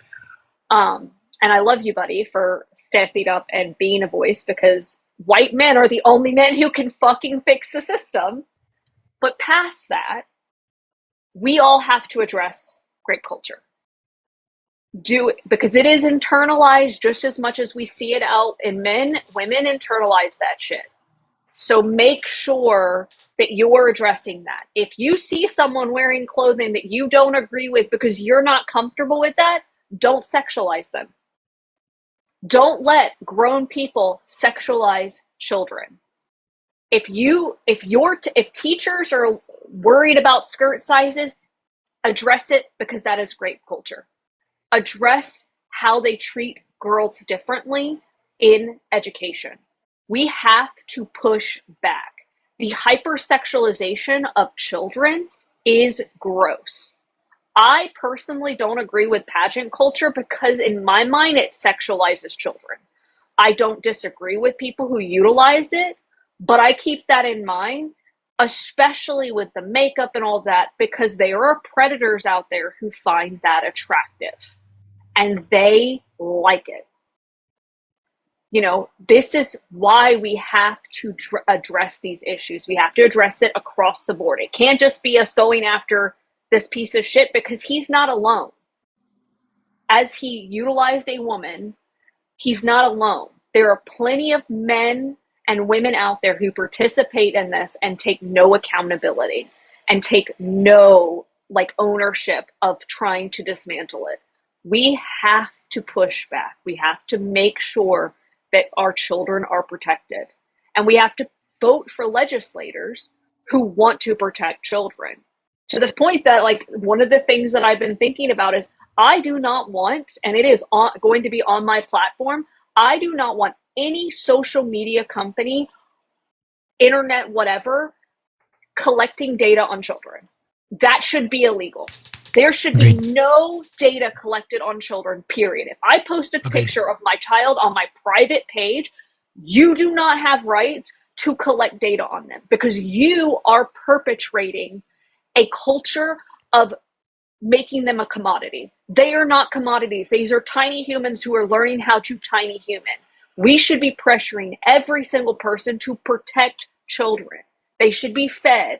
They should have easy access to healthcare. They should have easy access to decent education. They should have easy access to a community where they can go play at a park if they live in an apartment complex. That's protecting children. What this administration is doing, what these people are doing, is not protecting children. They are sending broken people into the world and giving them no support. And survivors deserve support. They deserve retribution. They deserve their time, and their perpetrators deserve nothing. Yeah, we're protecting the predators. It's just fucking wild to me. Thank you, Victoria, for your voice, as always. I appreciate you. I love you, friend. Talk to you later. All right, bye.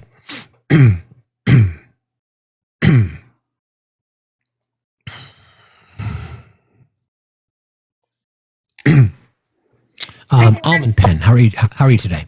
Good. Sad hearing how many people all have dealt with the same thing like as children. It's very jarring. I experienced it too, but it's interesting, the more you speak about it, how many people kind of appear out of the woodwork with, similar experiences. But just one thing I wanted to, I guess, mention is I'm so frustrated with all the branches of government and how they keep voting against releasing the files.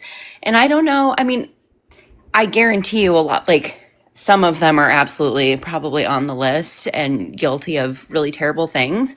But I also for me, it cements why I think there should be term limits, because kind of the generation that's running the branches love that willful ignorance, and they believe that stuff like this just only happens on TV. Good point. Their friends and family couldn't possibly be, they couldn't possibly be a part of that. And so because even my own grandma didn't believe me about what happened inside the family, because she didn't want to, I guess it would be too hurtful for her, which is wild. But anyway, I just think it's another reason why we need term limits, because times have changed. Obviously, people are getting more brave to speak out, and we all want to see the files. But I think it's just, we're being run by a bunch of people that are putting blinders on because they're la la la, because they're either guilty or they just don't want to know.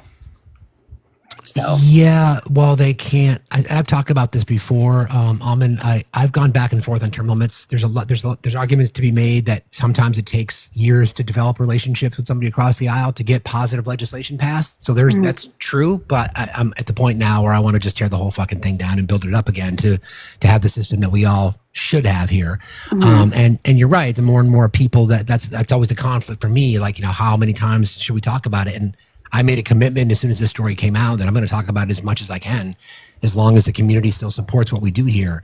The numbers are 1 in 3. The women and girls that are going to be subjected to some type of violence in their life. It's 1 in 3. I mean, I direct a show currently in my daughter's high school.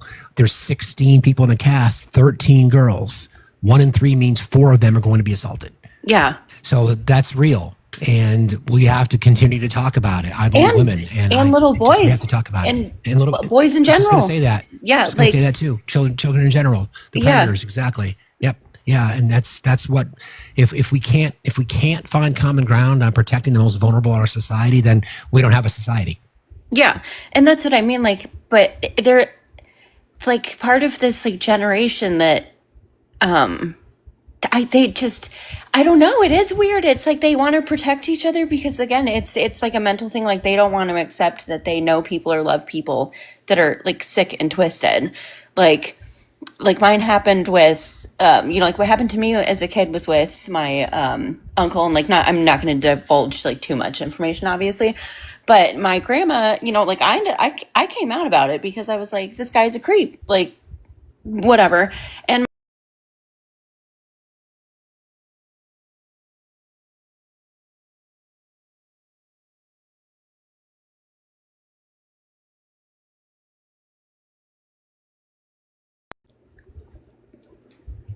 I'm sorry to hear that. I mean, we hear these stories every single day. I appreciate you coming up and sharing yours with us. Yeah. Thank you for thank you. Thank you for trusting this space and community. I appreciate you. Have a good day. You too.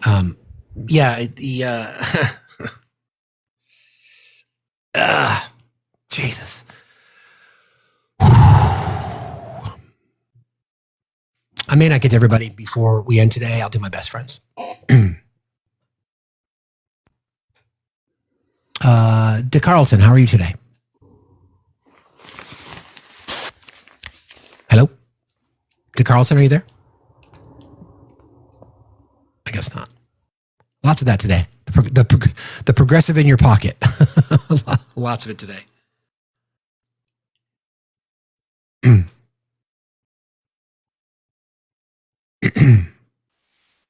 Hi, Dana. How are you today? I'm doing well. I wanted to speak on this probably around 1976. I remember because the bicentennial.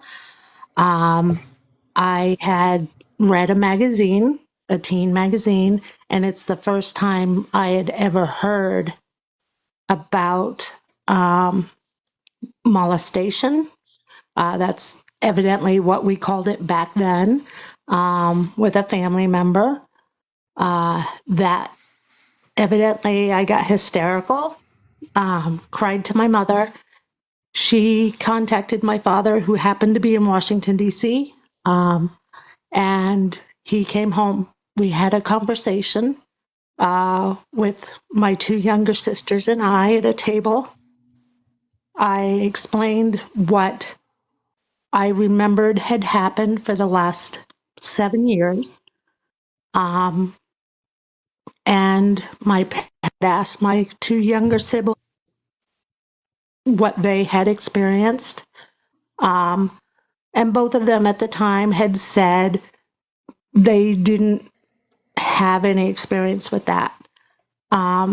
Unfortunately, it comes out later that at least one of my other siblings, if not both, had the same experience with the same person.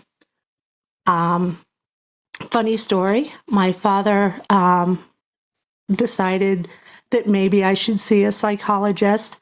And the only thing I remember about that is the nameplate on the door. And his name was Dr. Wright, W-R-I-G-H-T, which I internalized to mean that he was right, which meant I had to be wrong. I had one conversation with him, evidently.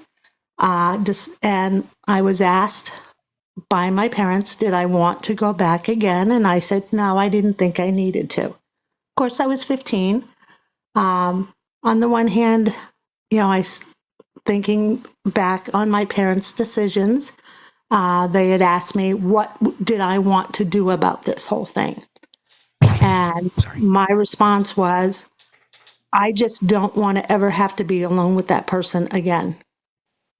And so that's how we chose to continue living as our little group as a family, the 5 of us.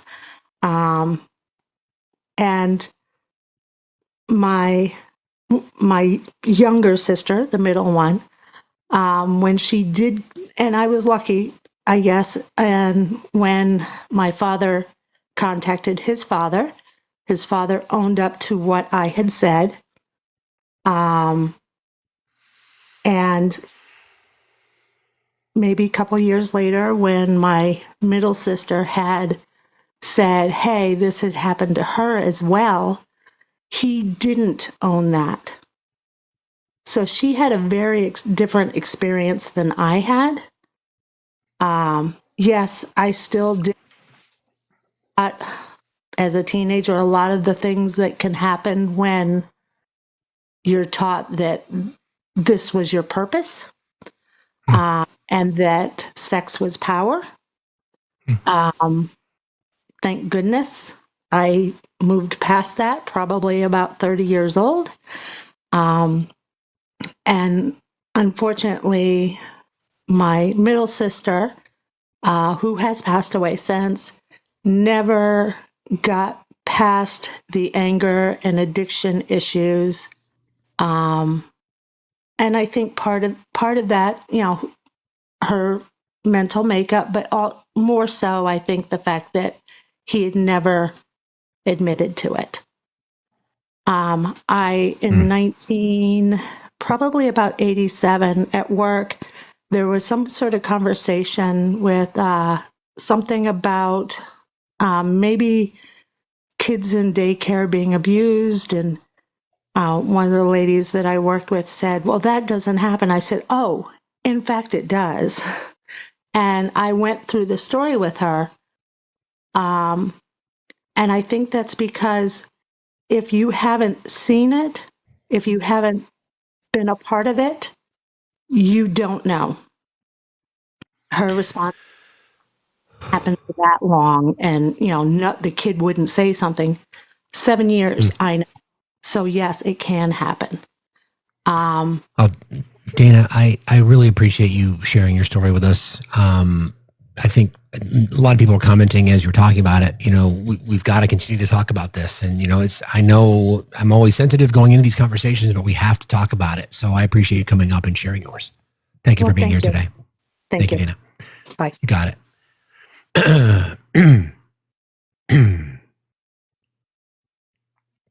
Again, the big picture is we're trying to frame this today because the threat is the people in power.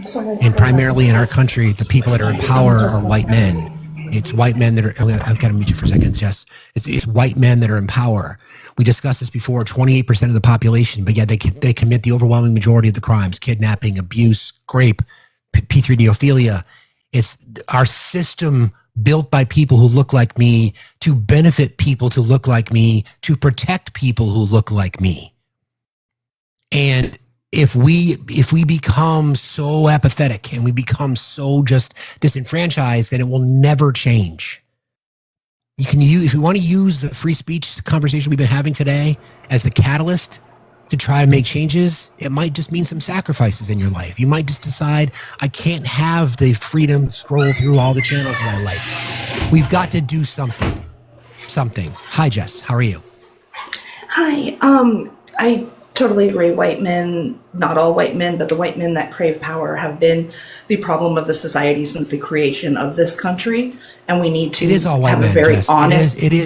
It is all white men. We have to say it. It is all white men because we benefit from the system. Because you have to hold each other accountable.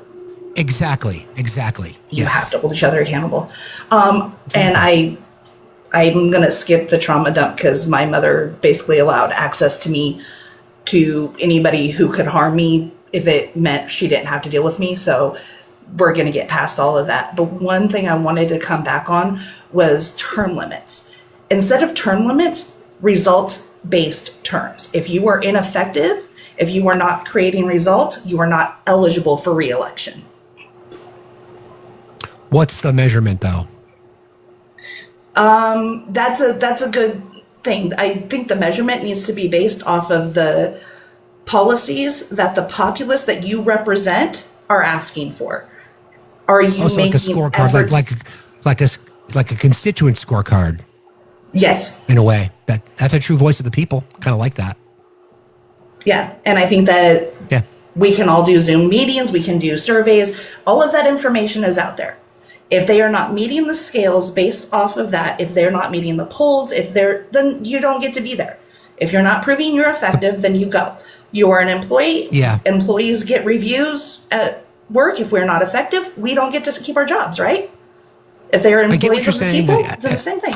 Yeah. And I know there's some room to give in there. Yeah, I mean, I understand what you're saying, and I appreciate the sentiment. I think it's challenging to execute because you've got gerrymandered districts, you've got people who are in hardcore red. It takes overhauling everybody. It does. It takes accountability and transparency. Yeah, I just wanted to put that idea out there, but it does come back to bringing transparency, and like we really have to call out everybody at this point and hold everybody accountable. For right it's not right or left, it's right and wrong. It is, and we need to be on the right side of that history finally. That's a good point. I do need to get back to work. So thank you, Jessa. Appreciate it for jumping in today. Thank you very much. You got it. I like the idea, right? I mean, it's a true voice of the people. If we're gonna burn this motherfucker down, like my new political party is nihilistic progressivism. Burn the shit down so that we can charge ahead. I'm gonna see if I can bring up Rusty. I see you, buddy. Hang tight. Nihilistic progressivism. Burn it down, build it back up again.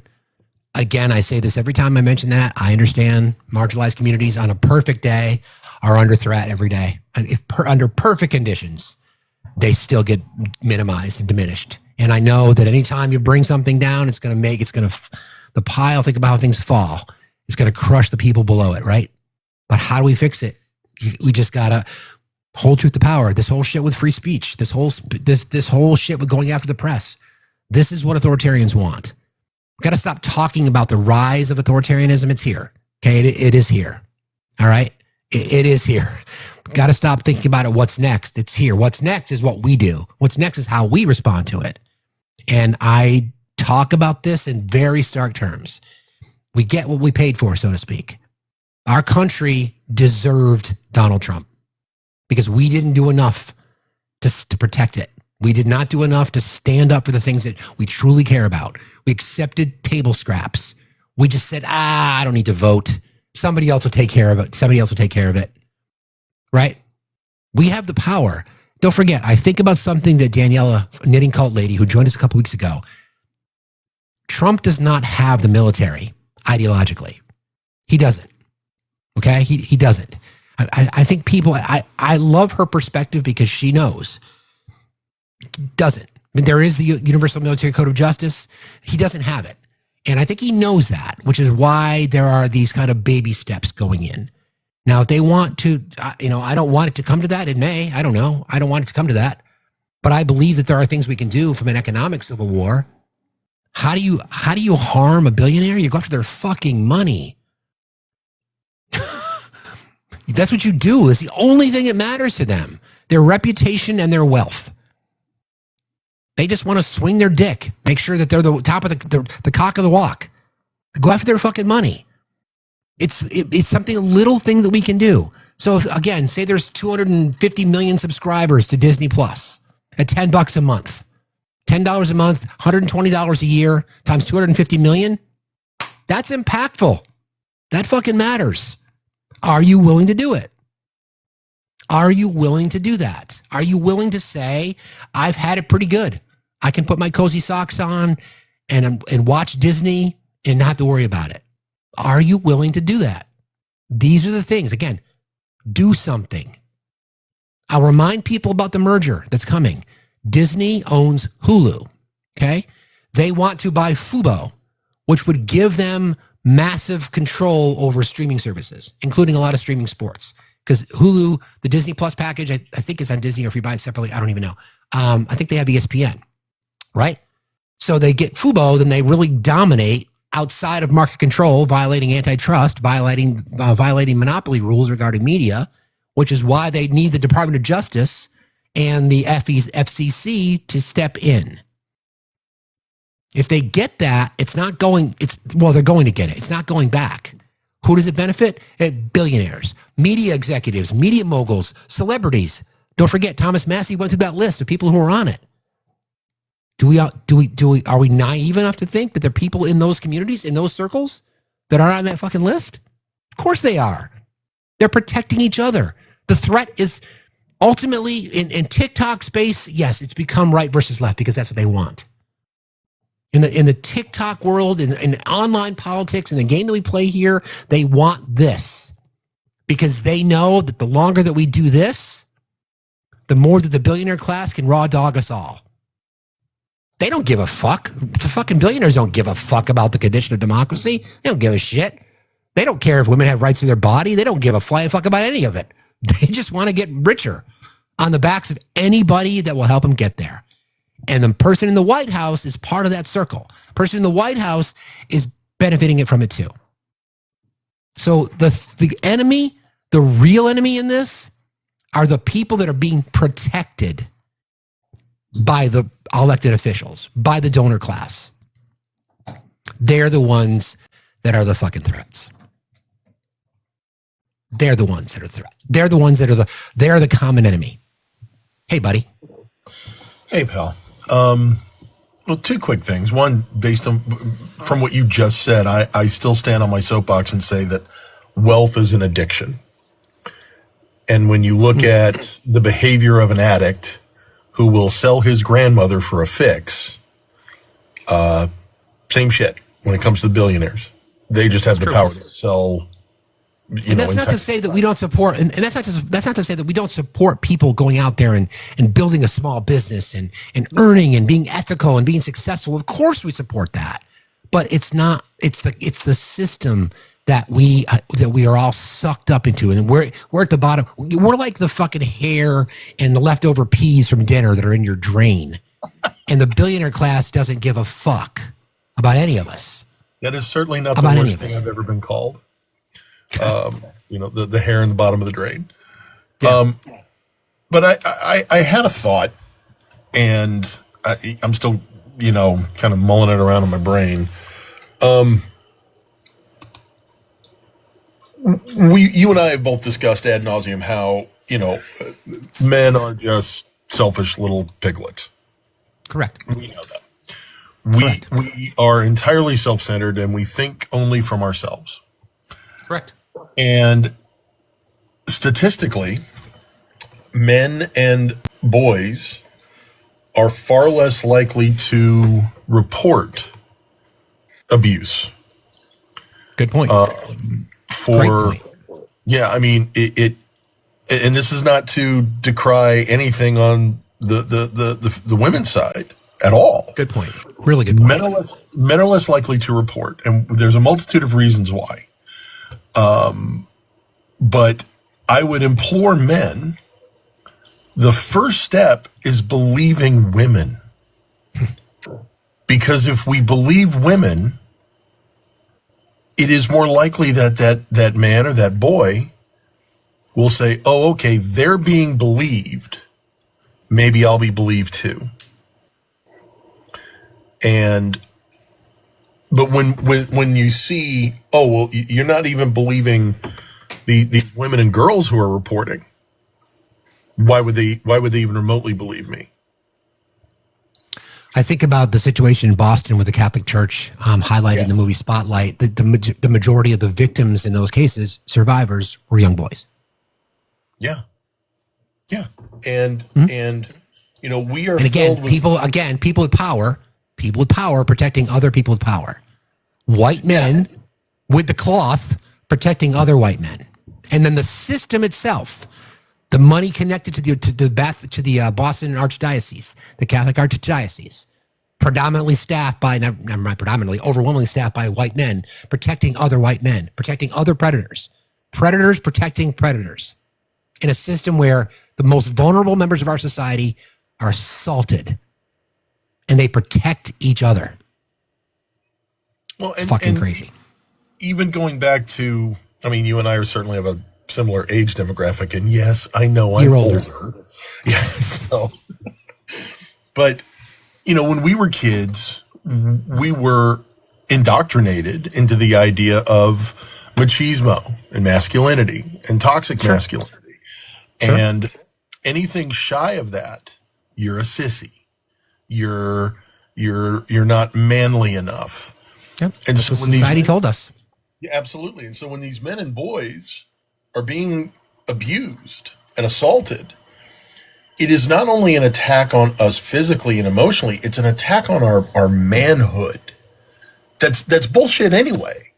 Mm-hmm. But it creates this thing in our head that shuts us down. And what do we do in the process? We attack others.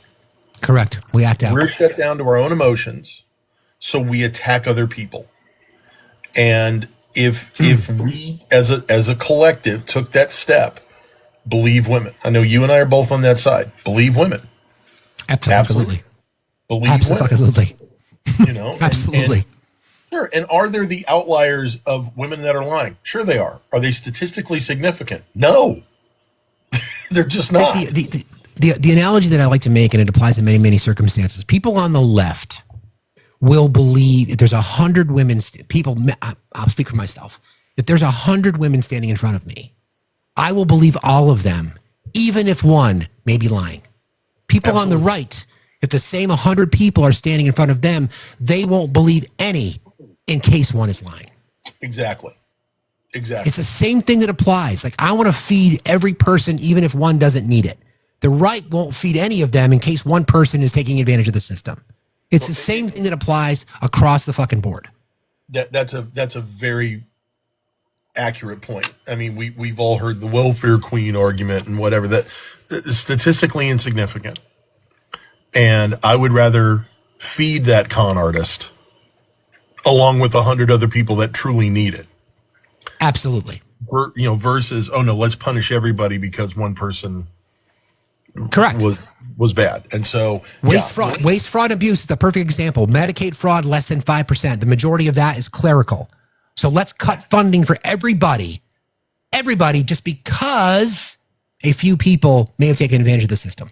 Exactly. It's the same. If the same thing applies. And again, we're a system built by white men to benefit white men, to protect white men, and we are seeing it on full display right now. Survivors of child rape being protected. The perpetrators of those crimes are being protected. Yeah. Fucking wild. Yes. If that doesn't make you angry, if that doesn't make you so, it just makes me so angry. It just makes me so fucking angry. Even if I didn't have a daughter, I'd like to think it wouldn't matter to me just knowing who I am. How the fuck can anybody look themselves in the mirror and say, you know what I'm going to do today? I'm going to put on my tie. I'm going to put my cross around my neck. I'm going to put my AR-15 pin on. I'm going to walk into Congress and I'm going to vote to protect predators. Have a good day. And then I'm going to go home and pray about it. Well, you remind me, I'm sure you've seen the video of the woman who stood up in her, I'm assuming it's a former church.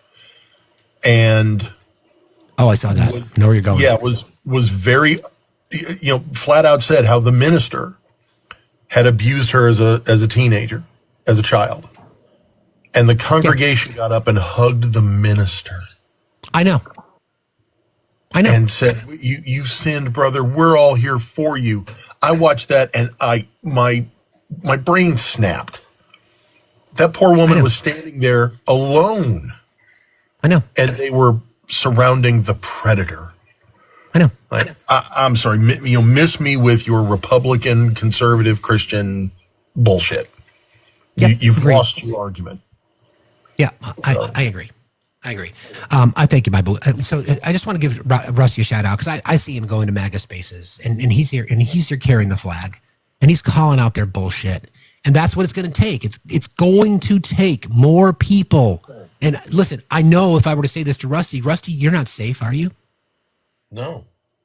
It doesn't bother him. Doesn't trigger him. Doesn't make him upset. He gets it. He fucking gets it. And gentlemen, you gotta do better, boys. You gotta fucking do better. It's not, stop with this bare fucking minimum shit. I can guarantee you this. Women in our community would much rather you believe them than hold the door open for them. How about that? Yes. Seriously. We have been taught since we were children that respect is earned. Right? Respect is earned. Well, why the fuck isn't it earned in this regard? To say it's all until it's no, men. Well, okay, I haven't earned the respect yet. I'm swimming upstream. And I know that I am, and I'm not going to bitch about it. Because I know how the world works. Absolutely. I have to, does it suck? Absolutely. Do I wish it was otherwise? Absolutely. But, if I fill one hand with wishes and the other with dog shit, we know which one fills up first. Correct.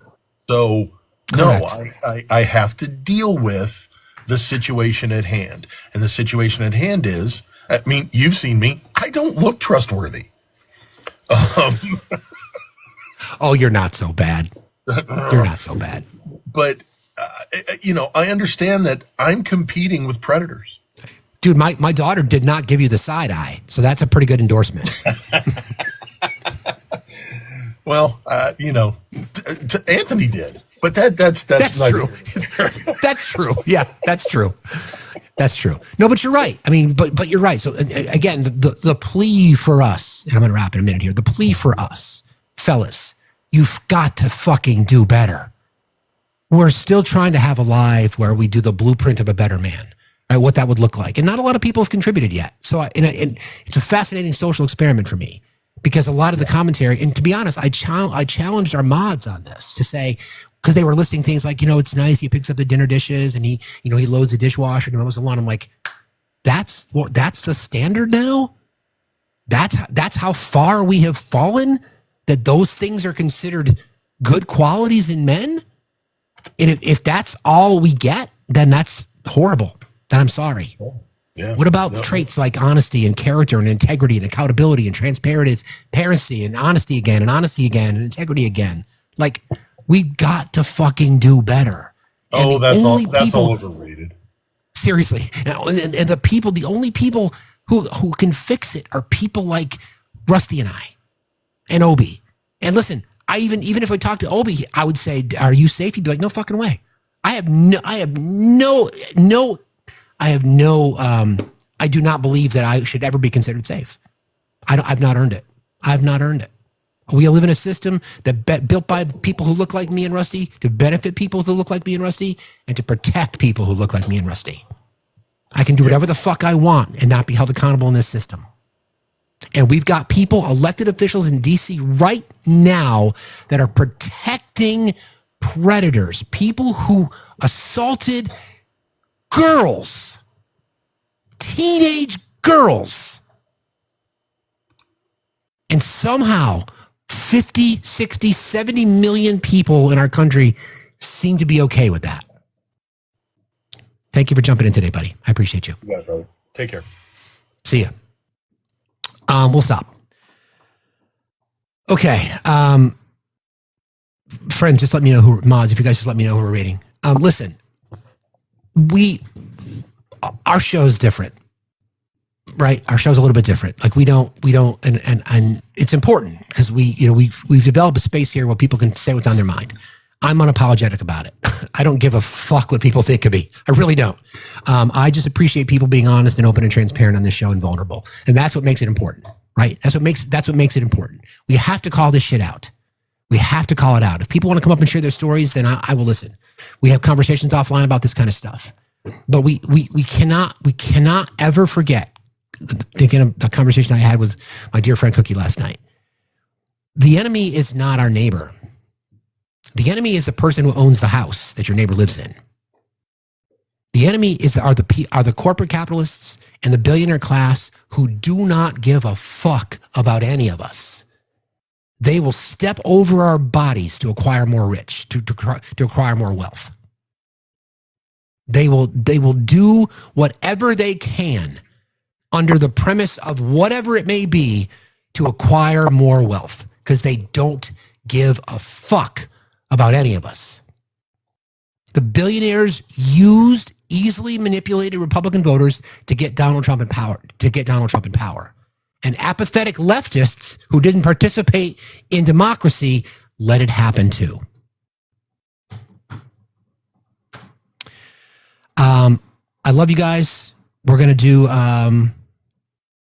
let's rate Olive. We're going to rate Olive. Tell her we said hello. I love you guys. Mods got the best mods in the business. We have the smartest chat on TikTok. There's no other community that I've seen out there that can have these conversations, and it's because of you guys. This is our community. We made it together. We got to protect it together.